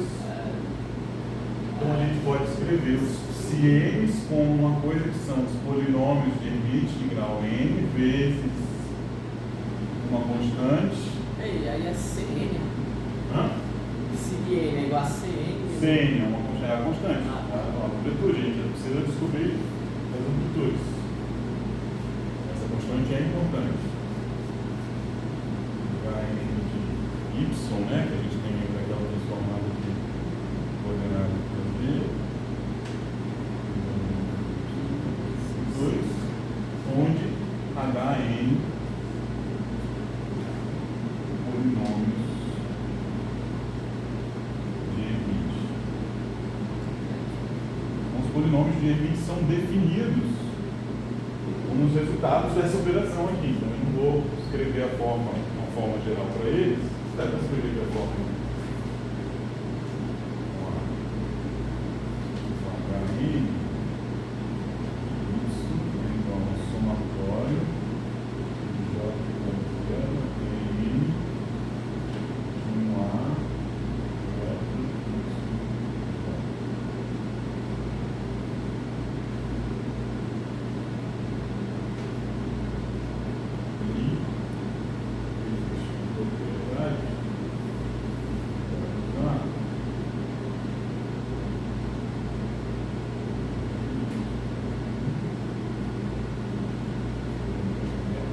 sabe o que é fatorial, né? Aí por que a gente vai precisar dessa condição? Porque agora a gente precisa fazer a mesma coisa que a gente fez para o A, os CNs, né? Os CNs podem ser números complexos, podem ser números reais, podem ser qualquer coisa. E, em princípio, eles só são limitados pelas condições de normalização.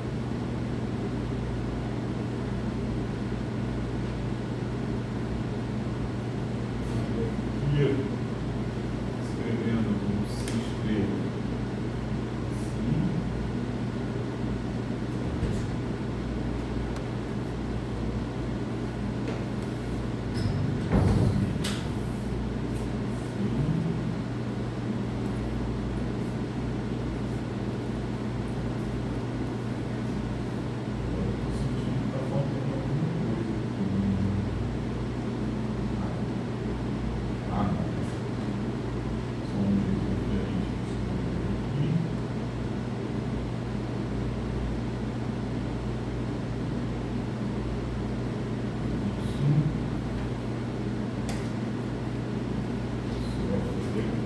Quadrado.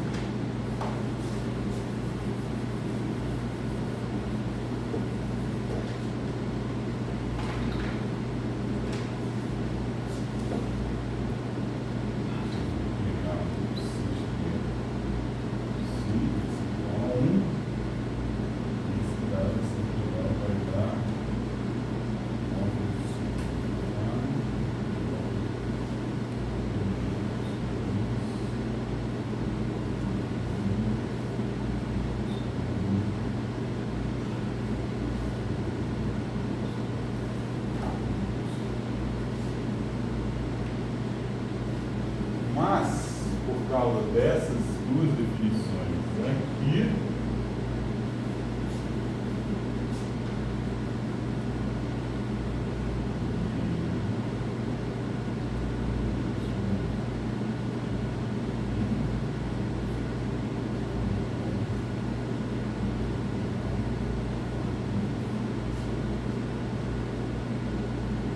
Esse aí é um arranjo ou é outra coisa? Esse aí é um arranjo? não, é uma constante, né? Ah, É a constante AN aqui dessa série. Vai ser o coeficiente do polinômio de Hermite de ordem N.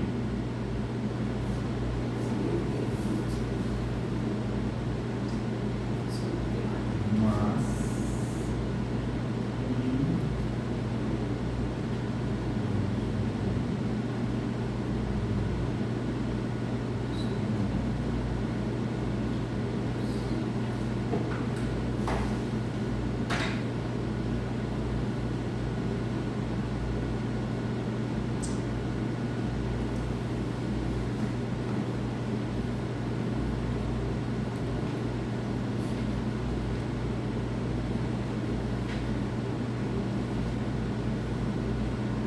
coeficiente, ou seja, coeficiente do polinômio yn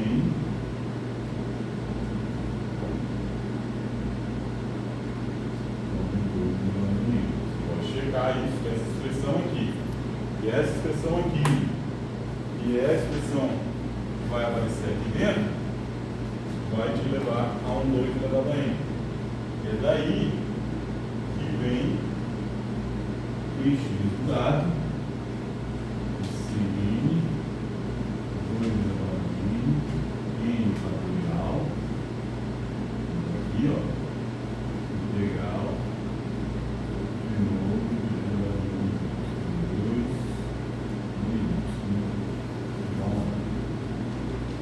de novo essa integral a raiz de π, de novo você tem o Cn proporcional à raiz de π. No caso é o Cn quadrado aqui, então a raiz da raiz de π. Ok?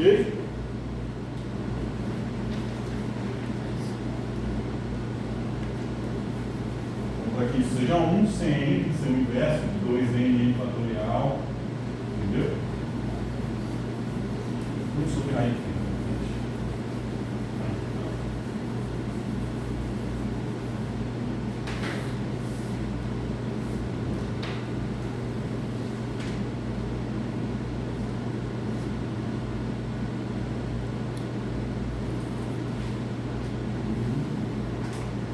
Não, mas para dar certo aqui, a integral vai ser 1 sobre a raiz de π.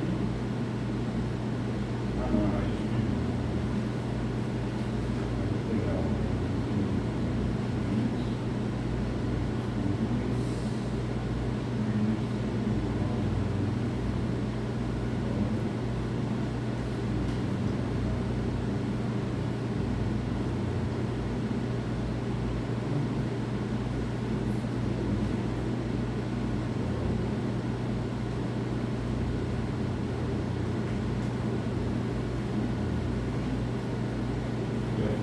De onda do oscilador harmônico. Agora voltando às coordenadas x, raiz de onda quadrada sobre y, vão ser todos os psis de n que possam ser escritos nesta maneira.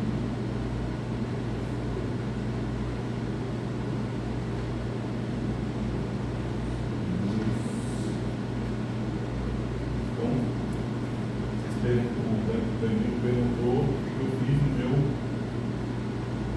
doutorado. Fiz muito disso aqui, pegar essa equação, montar vários n, 10n, 20n, dar uma superposição enorme, ver como ela evolui. Só que aí no meu caso lá, eu queria calcular trajetórias. Então, a partir da função de onda, eu conseguia tirar umas trajetórias. Eu estava numa mecânica quântica permitia isso. Isso é uma coisa diferente da que a gente está fazendo aqui. Aqui, eu falei lá no começo da aula, que é o postulado 1 da mecânica quântica. Toda a informação sobre o sistema físico está contida no seu estado quântico. Mas e qual é o estado da medida? Ah, tem que tirar o módulo quadrado do estado quântico. Qualquer base? Não, vai depender do que você está medindo. Então, toda a informação claramente não está no estado quântico. Esse postulado é falso. Exatamente. E demorou. Não foi no Cohen, no G, que eu comecei a desconfiar que esse postulado pudesse ser falso. Porque quando a gente aprende mecânica quântica na graduação, e até na pós-graduação, no mestrado, no doutorado, no doutorado, quando eu já estava estudando essas coisas, eu tentei fazer uma apresentação de mecânica quântica 2 sobre o de Broglie. Meu professor achou um absurdo. Ele achou que eu tinha viajado, eu não entendi o objetivo do exercício.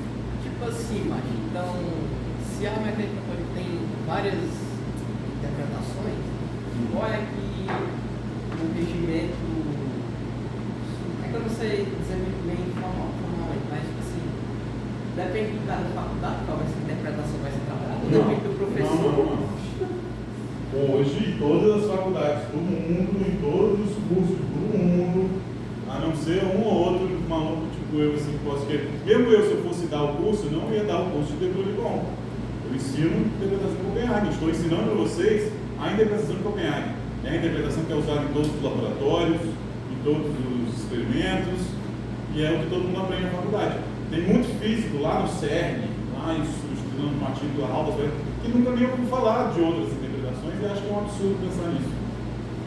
Mas, em geral, esses físicos não perderam o tempo, não pararam para pensar na possibilidade que os postulados da mecânica quântica pudessem estar equivocados. Porque você aprende, antes de entrar na faculdade, que a mecânica quântica é a coisa mais precisa do universo. Então você é paulatinamente ensinado que você deve aceitar esses absurdos. Duas coisas, uma coisa em dois lugares, colapso instantâneo, todo o estado é isso que a gente acabou de perceber. O sistema escreve todo o estado, mas nenhum estado significa nada se você não falar da medida do estado. Os outros postulados são fundamentais para você tirar algo observável da sua teoria. Se você não tiver um postulado do colapso, você tem uma coisa que é a interpretação de Everett, de muitos mundos, que tudo é a equação de Schrödinger. Tudo vai ser descrito pela equação de Schrödinger. Tá bom, a equação de Schrödinger me diz que todos os modos do oscilador harmônico são possíveis. Então, o Everett vai dizer, todos eles existem, então. Mas existem aonde? Eu só vejo uma coisa oscilando assim. Eu consigo botar hoje em dia um átomo numa caixa. É só um átomo. Tem uma realidade objetiva, um átomo. A mecânica quântica diz que não tem uma realidade objetiva. Só tem uma realidade objetiva. Você mexe com ele, você mede ele. Se você faz uma armadilha, eu não sei como é que funciona ela na prática, mas é uma armadilha atômica. Digamos que você possa deixar ela lá no seu laboratório. Você vai para casa. O átomo deixou de existir quando você foi para casa? Morreu, ele desapareceu? Não. Se tem uma interpretação da mecânica quântica que diz que é impossível dizer o que o átomo está fazendo quando ele é deixado livre lá na caixa. Eu acho que a gente pode fazer melhor do que isso. Foi isso que eu pensei, por isso que eu fui fazer isso. Então, o problema aí seria fundamentalmente matemático ou seria mais um problema de interpretação física das coisas? Os dois. Eu acho que os dois, porque quando você admite que a sua teoria não tem previsões específicas, a mecânica quântica matematicamente é incapaz de fazer previsões definitivas. Então eu não acho que seja. Eu não posso simplesmente pegar. No De Broglie a gente faz isso, a gente pega as equações, são as mesmas equações da mecânica quântica. A gente interpreta diferente, de dentro da equação de Schrödinger tinha uma equação da trajetória, mas a gente não tem uma resposta para o colapso da função de onda ali. A gente presume que só existe um sistema e ele tem uma trajetória a priori. Se a gente quiser explicar o colapso, a gente vai precisar de mais coisas na teoria, mesmo em De Broglie. Mesmo se a sua teoria, o formalismo dela é totalmente amarrado matematicamente pelas regras da mecânica quântica, eu acho que você está preso, independente da interpretação, aos resultados que ela te força. Então eu acho que existe as duas coisas. Você precisa de uma melhor interpretação, mas o formalismo matemático atual nos força as conclusões que a gente não. Então por isso que eu estudo muito essa história do Dirac, do começo, para entender onde é que foi que forçou, em que pontos foram forçadas essas conclusões de é indeterminístico, não pode descrever a medida. Onde foi que disseram? E até onde eu sei foi o Bohr dizendo várias vezes que não podia. E ele não era o melhor cara para falar se podia ou não podia. Bohr, né? Não, o Bohr era muito mais humilde. O Bohr disse, eu não sei, mas dá para fazer essas contas aqui. Tem um outro slide que eu uso que tem a citação no artigo do Bohr dizendo que a definição sobre se o mundo é probabilístico ou determinístico é uma questão para os filósofos. E os meus experimentos não são capazes de dizer se tem algo lá dentro do átomo acontecendo. É porque eu não faço o experimento como um átomo, porque não faz nem sentido fazer o experimento como um átomo. Todo resultado é estatístico. Então, para eu confirmar que acontece aquilo toda vez, eu preciso fazer de novo. Então, assim, o que tu está querendo, ao voltar para esse começo, buscar querendo ou não, um novo caminho matemático, seria isso? Pegar o que até então ali é mais certo e tirar um pouco esse caminho muito estatístico da mecânica quântica? Mais ou menos por aí. tentar procurar qual das regras da mecânica quântica permite algum tipo de modificação ou desvio. No meu caso, eu estudei a regra de Bohr. A equação de Schrödinger, a gente sabe que ela é uma aproximação. A equação de Schrödinger é a aproximação não relativística da equação de Dirac. Mas você vai para a equação de Dirac, ela não é. A equação de Dirac é baseada na interpretação de Copenhague. Ela mantém todas as coisas de colapso, de probabilidade, ela traz com ela. Ela é relativística, ótimo, mas ela não resolve os problemas interpretativos. Então, a gente sabe que a equação de Schrödinger não é, mas a equação de Dirac também, ela é exata, mas será que ela é a única? Você vai vendo que tem simetrias, etc., que permitem você descrever as coisas de formas mais ou menos diferentes, mas no fundo, tudo tem a mesma estrutura da equação de Dirac. Então, a matemática da mecânica quântica amarra os resultados da teoria quântica de campos também. Hoje, saiu nessa semana, os resultados que eu estou tentando ler, divagação completa. Uma das coisas que eu faço com essa minha mecânica quântica alternativa é aplicar para o universo como um todo. Aplicar lá no início do universo, ninguém entende, ninguém mal. Tem uma galera que usa esse formalismo da teoria quântica de campos que a gente está tentando aprender, da matriz S, das simetrias, assim, para o universo como um todo também. Só que chegaram, depois de muitas contas, depois de análises de holografia, não sei o quê, à conclusão de que se tudo estiver certo nas contas deles, o estado quântico do universo é todo contido no espaço de Hilbert de dimensão 1. O que significa um espaço de Hilbert de dimensão 1? É um espaço que não tem dinâmica, que não permite nem superposição. Para ter um bit mais 1 ou menos 1, tem que ter pelo menos 2 dimensões. O que eles chegaram à conclusão é que a teoria quântica de campos super evoluída que eles usaram nos buracos negros e depois aplicaram ao universo como um todo, não permite a existência do universo. O universo que a gente vive obviamente, não é um espaço de Hilbert de dimensão 1. E aí a solução que eu vi nessa semana, que eu estou tentando entender como isso é uma solução, que eles colocaram, foi botar junto da ação que representa o universo, uma ação para representar os observadores do universo. E botar à mão os observadores. E aí os observadores trazem toda a complexidade que um observador traz com ele, porque eles são cérebros, são complexos. E aí o espaço de Hilbert está todo na cabeça do observador. A manchete que eu li é que o paradoxo cósmico faz com que o universo só possa existir se houver um observador. Mas esse paradoxo cósmico se origina aqui, nos postuladozinhos de 1920 e poucos, que a gente acredita até hoje como se fosse Deus que escreveu. Não foi esse, peraí. Que não foi superado, nem um pouco. Essa história toda vai para mostrar como os físicos são físicos, todos não foi ninguém desconhecido, não, físico lá nos Estados Unidos, nas universidades famosas. E eu, físicos que eu confio, eu acho que eles não estão fazendo uma conta errada.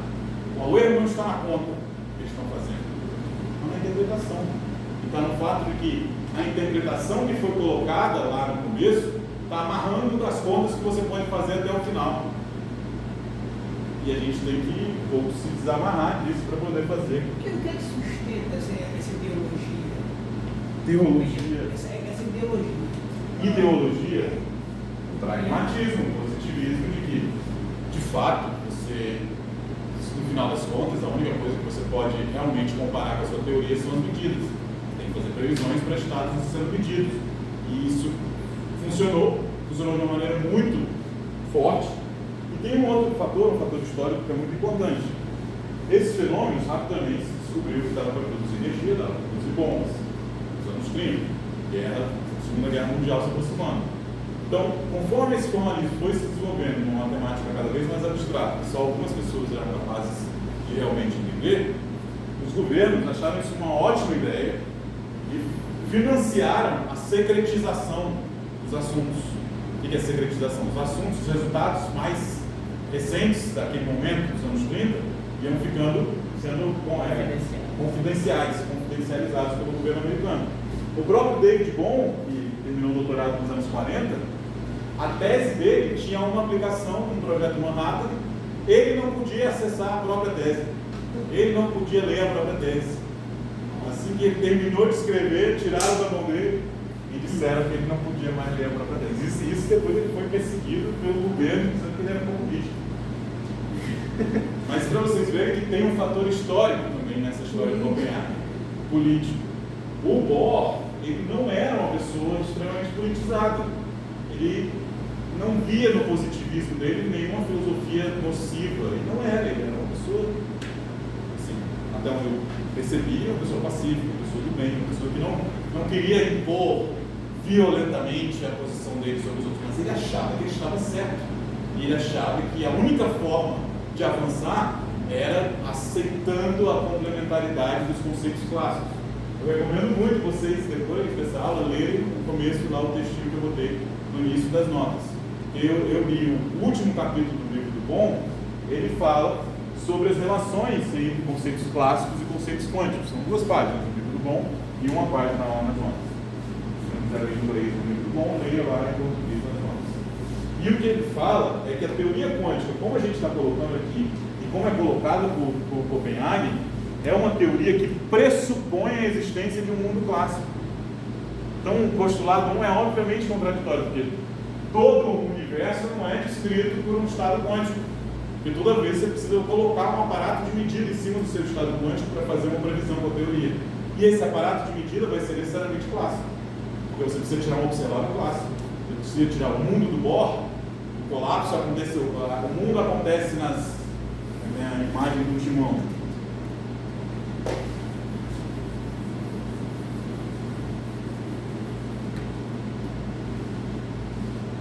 Está um mundo onde tudo existe, as coisas clássicas. Eu quero saber a posição, eu tenho que sair por um caminho. Eu quero saber o momento, eu tenho que sair por outro caminho. Eu quero saber spin em uma direção, spin em outra direção. Eu tenho que ver que, se eu quiser trazer de volta para cá, eu perco a propriedade quântica. Se eu quiser entender, medir, eu perco a probabilidade quântica. E uma das coisas que eu falo lá no seminário sobre interpretações é que a gente vive exatamente a época em que as pessoas disseram: o que? Não pode olhar a medida quântica? Pode sim, eu vou lá olhar. E está todo mundo olhando. E a principal área de fronteira da mecânica quântica é a decoerência, que é justamente a descrição das medidas quânticas. Então, tem gente que diz que a decoerência justifica a interpretação de Copenhague. Primeiro, é uma interpretação equivocada da decoerência, porque a decoerência ela elimina a interferência entre estados, mas não elimina a superposição de estados. Estados ainda tem 2 estados ao mesmo tempo. E além disso, a decoerência, se você leva a sério a interpretação de Copenhague como o Bohr colocou, ela é contrária ao postulado que você não pode analisar os experimentos. Não é um postulado, mas a complementaridade, que meio que embasa toda a filosofia de Copenhague, impede você de analisar os experimentos. Tá bom, a gente já divagou muito sobre as interpretações. Estou tentando não fazer isso para a gente chegar nos finalmente. Aqui, antes da gente terminar, eu botei um exemplo de um código do Python que eu achei aqui online. Essa pessoa, não sei se é Helen o nome dela, mas ela faz bem explicadinho. Então, o que é aqui? Só para quem nunca viu o Python. From PyLab import. Você tem um pacote, está importando um determinado comando. From scipy.integration import ODI int. Então, de novo, pacote, você está importando uma função. Então, que nem lá no Maple você tem que, às vezes, botar uma coisa que chama with, com esse pacote, aqui você tem que chamar as funções que você vai usar em determinados pacotes. Se eu tenho uma dificuldade danada, que toda vez que eu vou usar o Python, eu esqueço o comando que inicia o meu caderninho. Eu não sei programar direito, então eu não sei nem como começa. Então tudo eu vou perguntando na internet. Só para usar o Visual Code. Pois é, eu tenho isso no computador, mas nunca gostei de usar. Eu uso o notebook Jupyter Lab. Então eu uso o Jupyter Notebook, eu começo o Jupyter lá, botando essas funções aqui. Eu acho que tem mais código, não coube tudo, mas aqui você define a função potencial, um determinado intervalo, você define a equação de Schrödinger, SE Schrödinger Equation, você define a sua função de onda, você encontra os zeros da equação, ou seja, resolve a equação de Schrödinger, você encontra os níveis de energia, e com esses comandos todos, isso também vai estar lá no site, né, obviamente.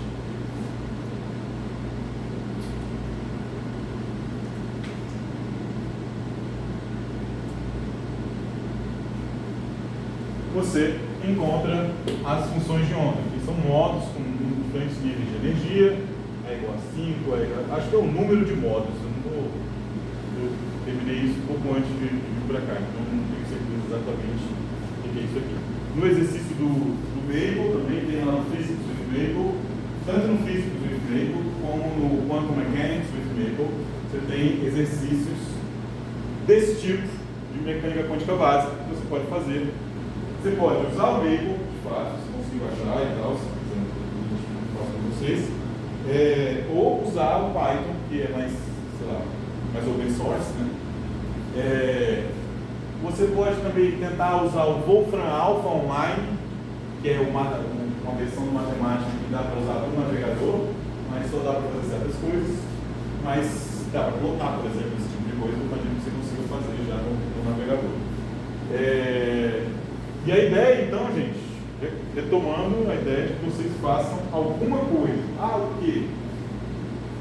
Quer fazer, não deu tempo nenhum, vou voltar para o calculador harmônico nessa forma aqui, então, não fiz, por exemplo, o operador número, a criação e a eliminação de partículas, vou falar sobre isso na aula que vem, mas não vou explicar com detalhes. Se quiser explicar com detalhes, operador de criação, operador de distribuição, não sei o quê, é uma coisa parecida com isso aqui, só que em outro formalismo, aquele formalismo de Dirac, que você tem uns vetores assim, você vai ter um vetor N, 0, psi0 aqui, e eu tenho uma versão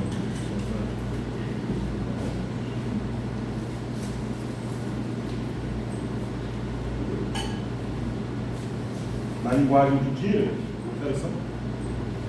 Quatro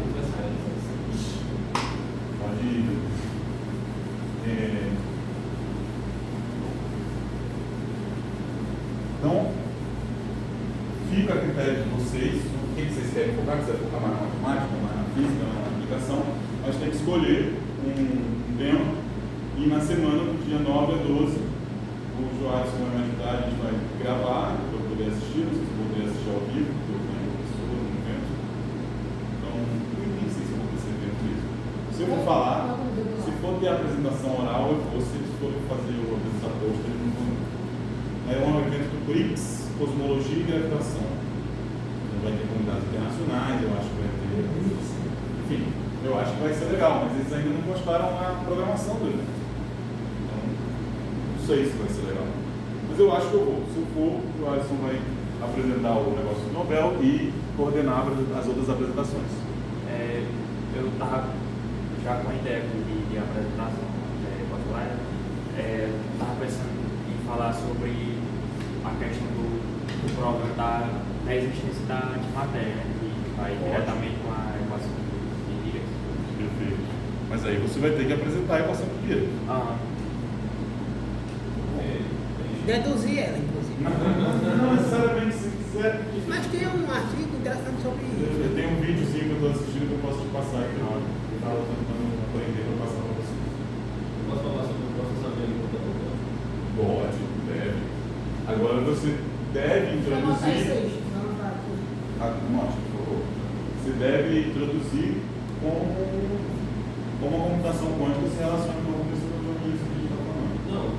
Tá? Porque eu já vi uma parte disso.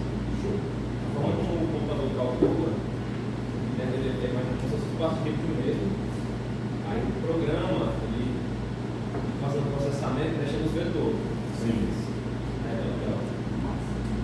Ótimo. Aí, no Então, caso, o Joaquim vai falar sobre o Nobel 2025, do nivelamento macroscópico. O Danilo vai falar sobre a antimatéria, a equação de Dirac. aí nessa questão da aplicação, porque tem uma aplicação, A equação de Dirac já é uma nessa aplicação. questão de A antimatéria. gente vai falar aqui dela, ela é muito aplicável. Se você conseguir mostrar e falar, a aplicação da equação de Dirac, no seu caso, é a demonstração da antimatéria. Certo? Eu acho que por hoje.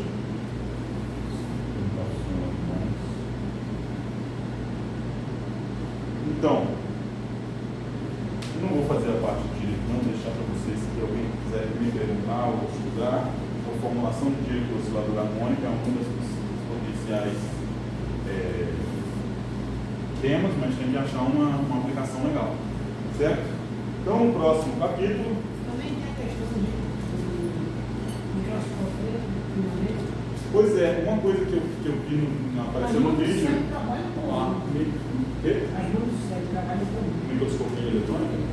Então, tem um microscópio eletrônico de funcionamento quântico. Não, existe. Ele existe. E eu adoraria aprender como ele funciona também, seria um bom tema. Então, na aula que vem, a gente vai começar de novo com o oscilador harmônico, só reforçando agora o aspecto de que existe um estado mínimo de energia. Isso não é assim tão óbvio quanto deveria parecer, mas o estado mínimo de energia, e a energia não é zero. E não é porque é energia térmica. A energia térmica também, se você considerar tudo, tem temperatura zero. Então, a energia mínima do oscilador harmônico, a temperatura zero, não é zero. Isso é surpreendente. Mas isso quer dizer que tem uma coisa chamada energia do vácuo por trás de todas as interações. E é sobre ela que a gente vai falar na aula que vem. Estão liberados, tá? Falei com vocês. Tem coisa de frequência? Ai, sim. Pode te apresentar.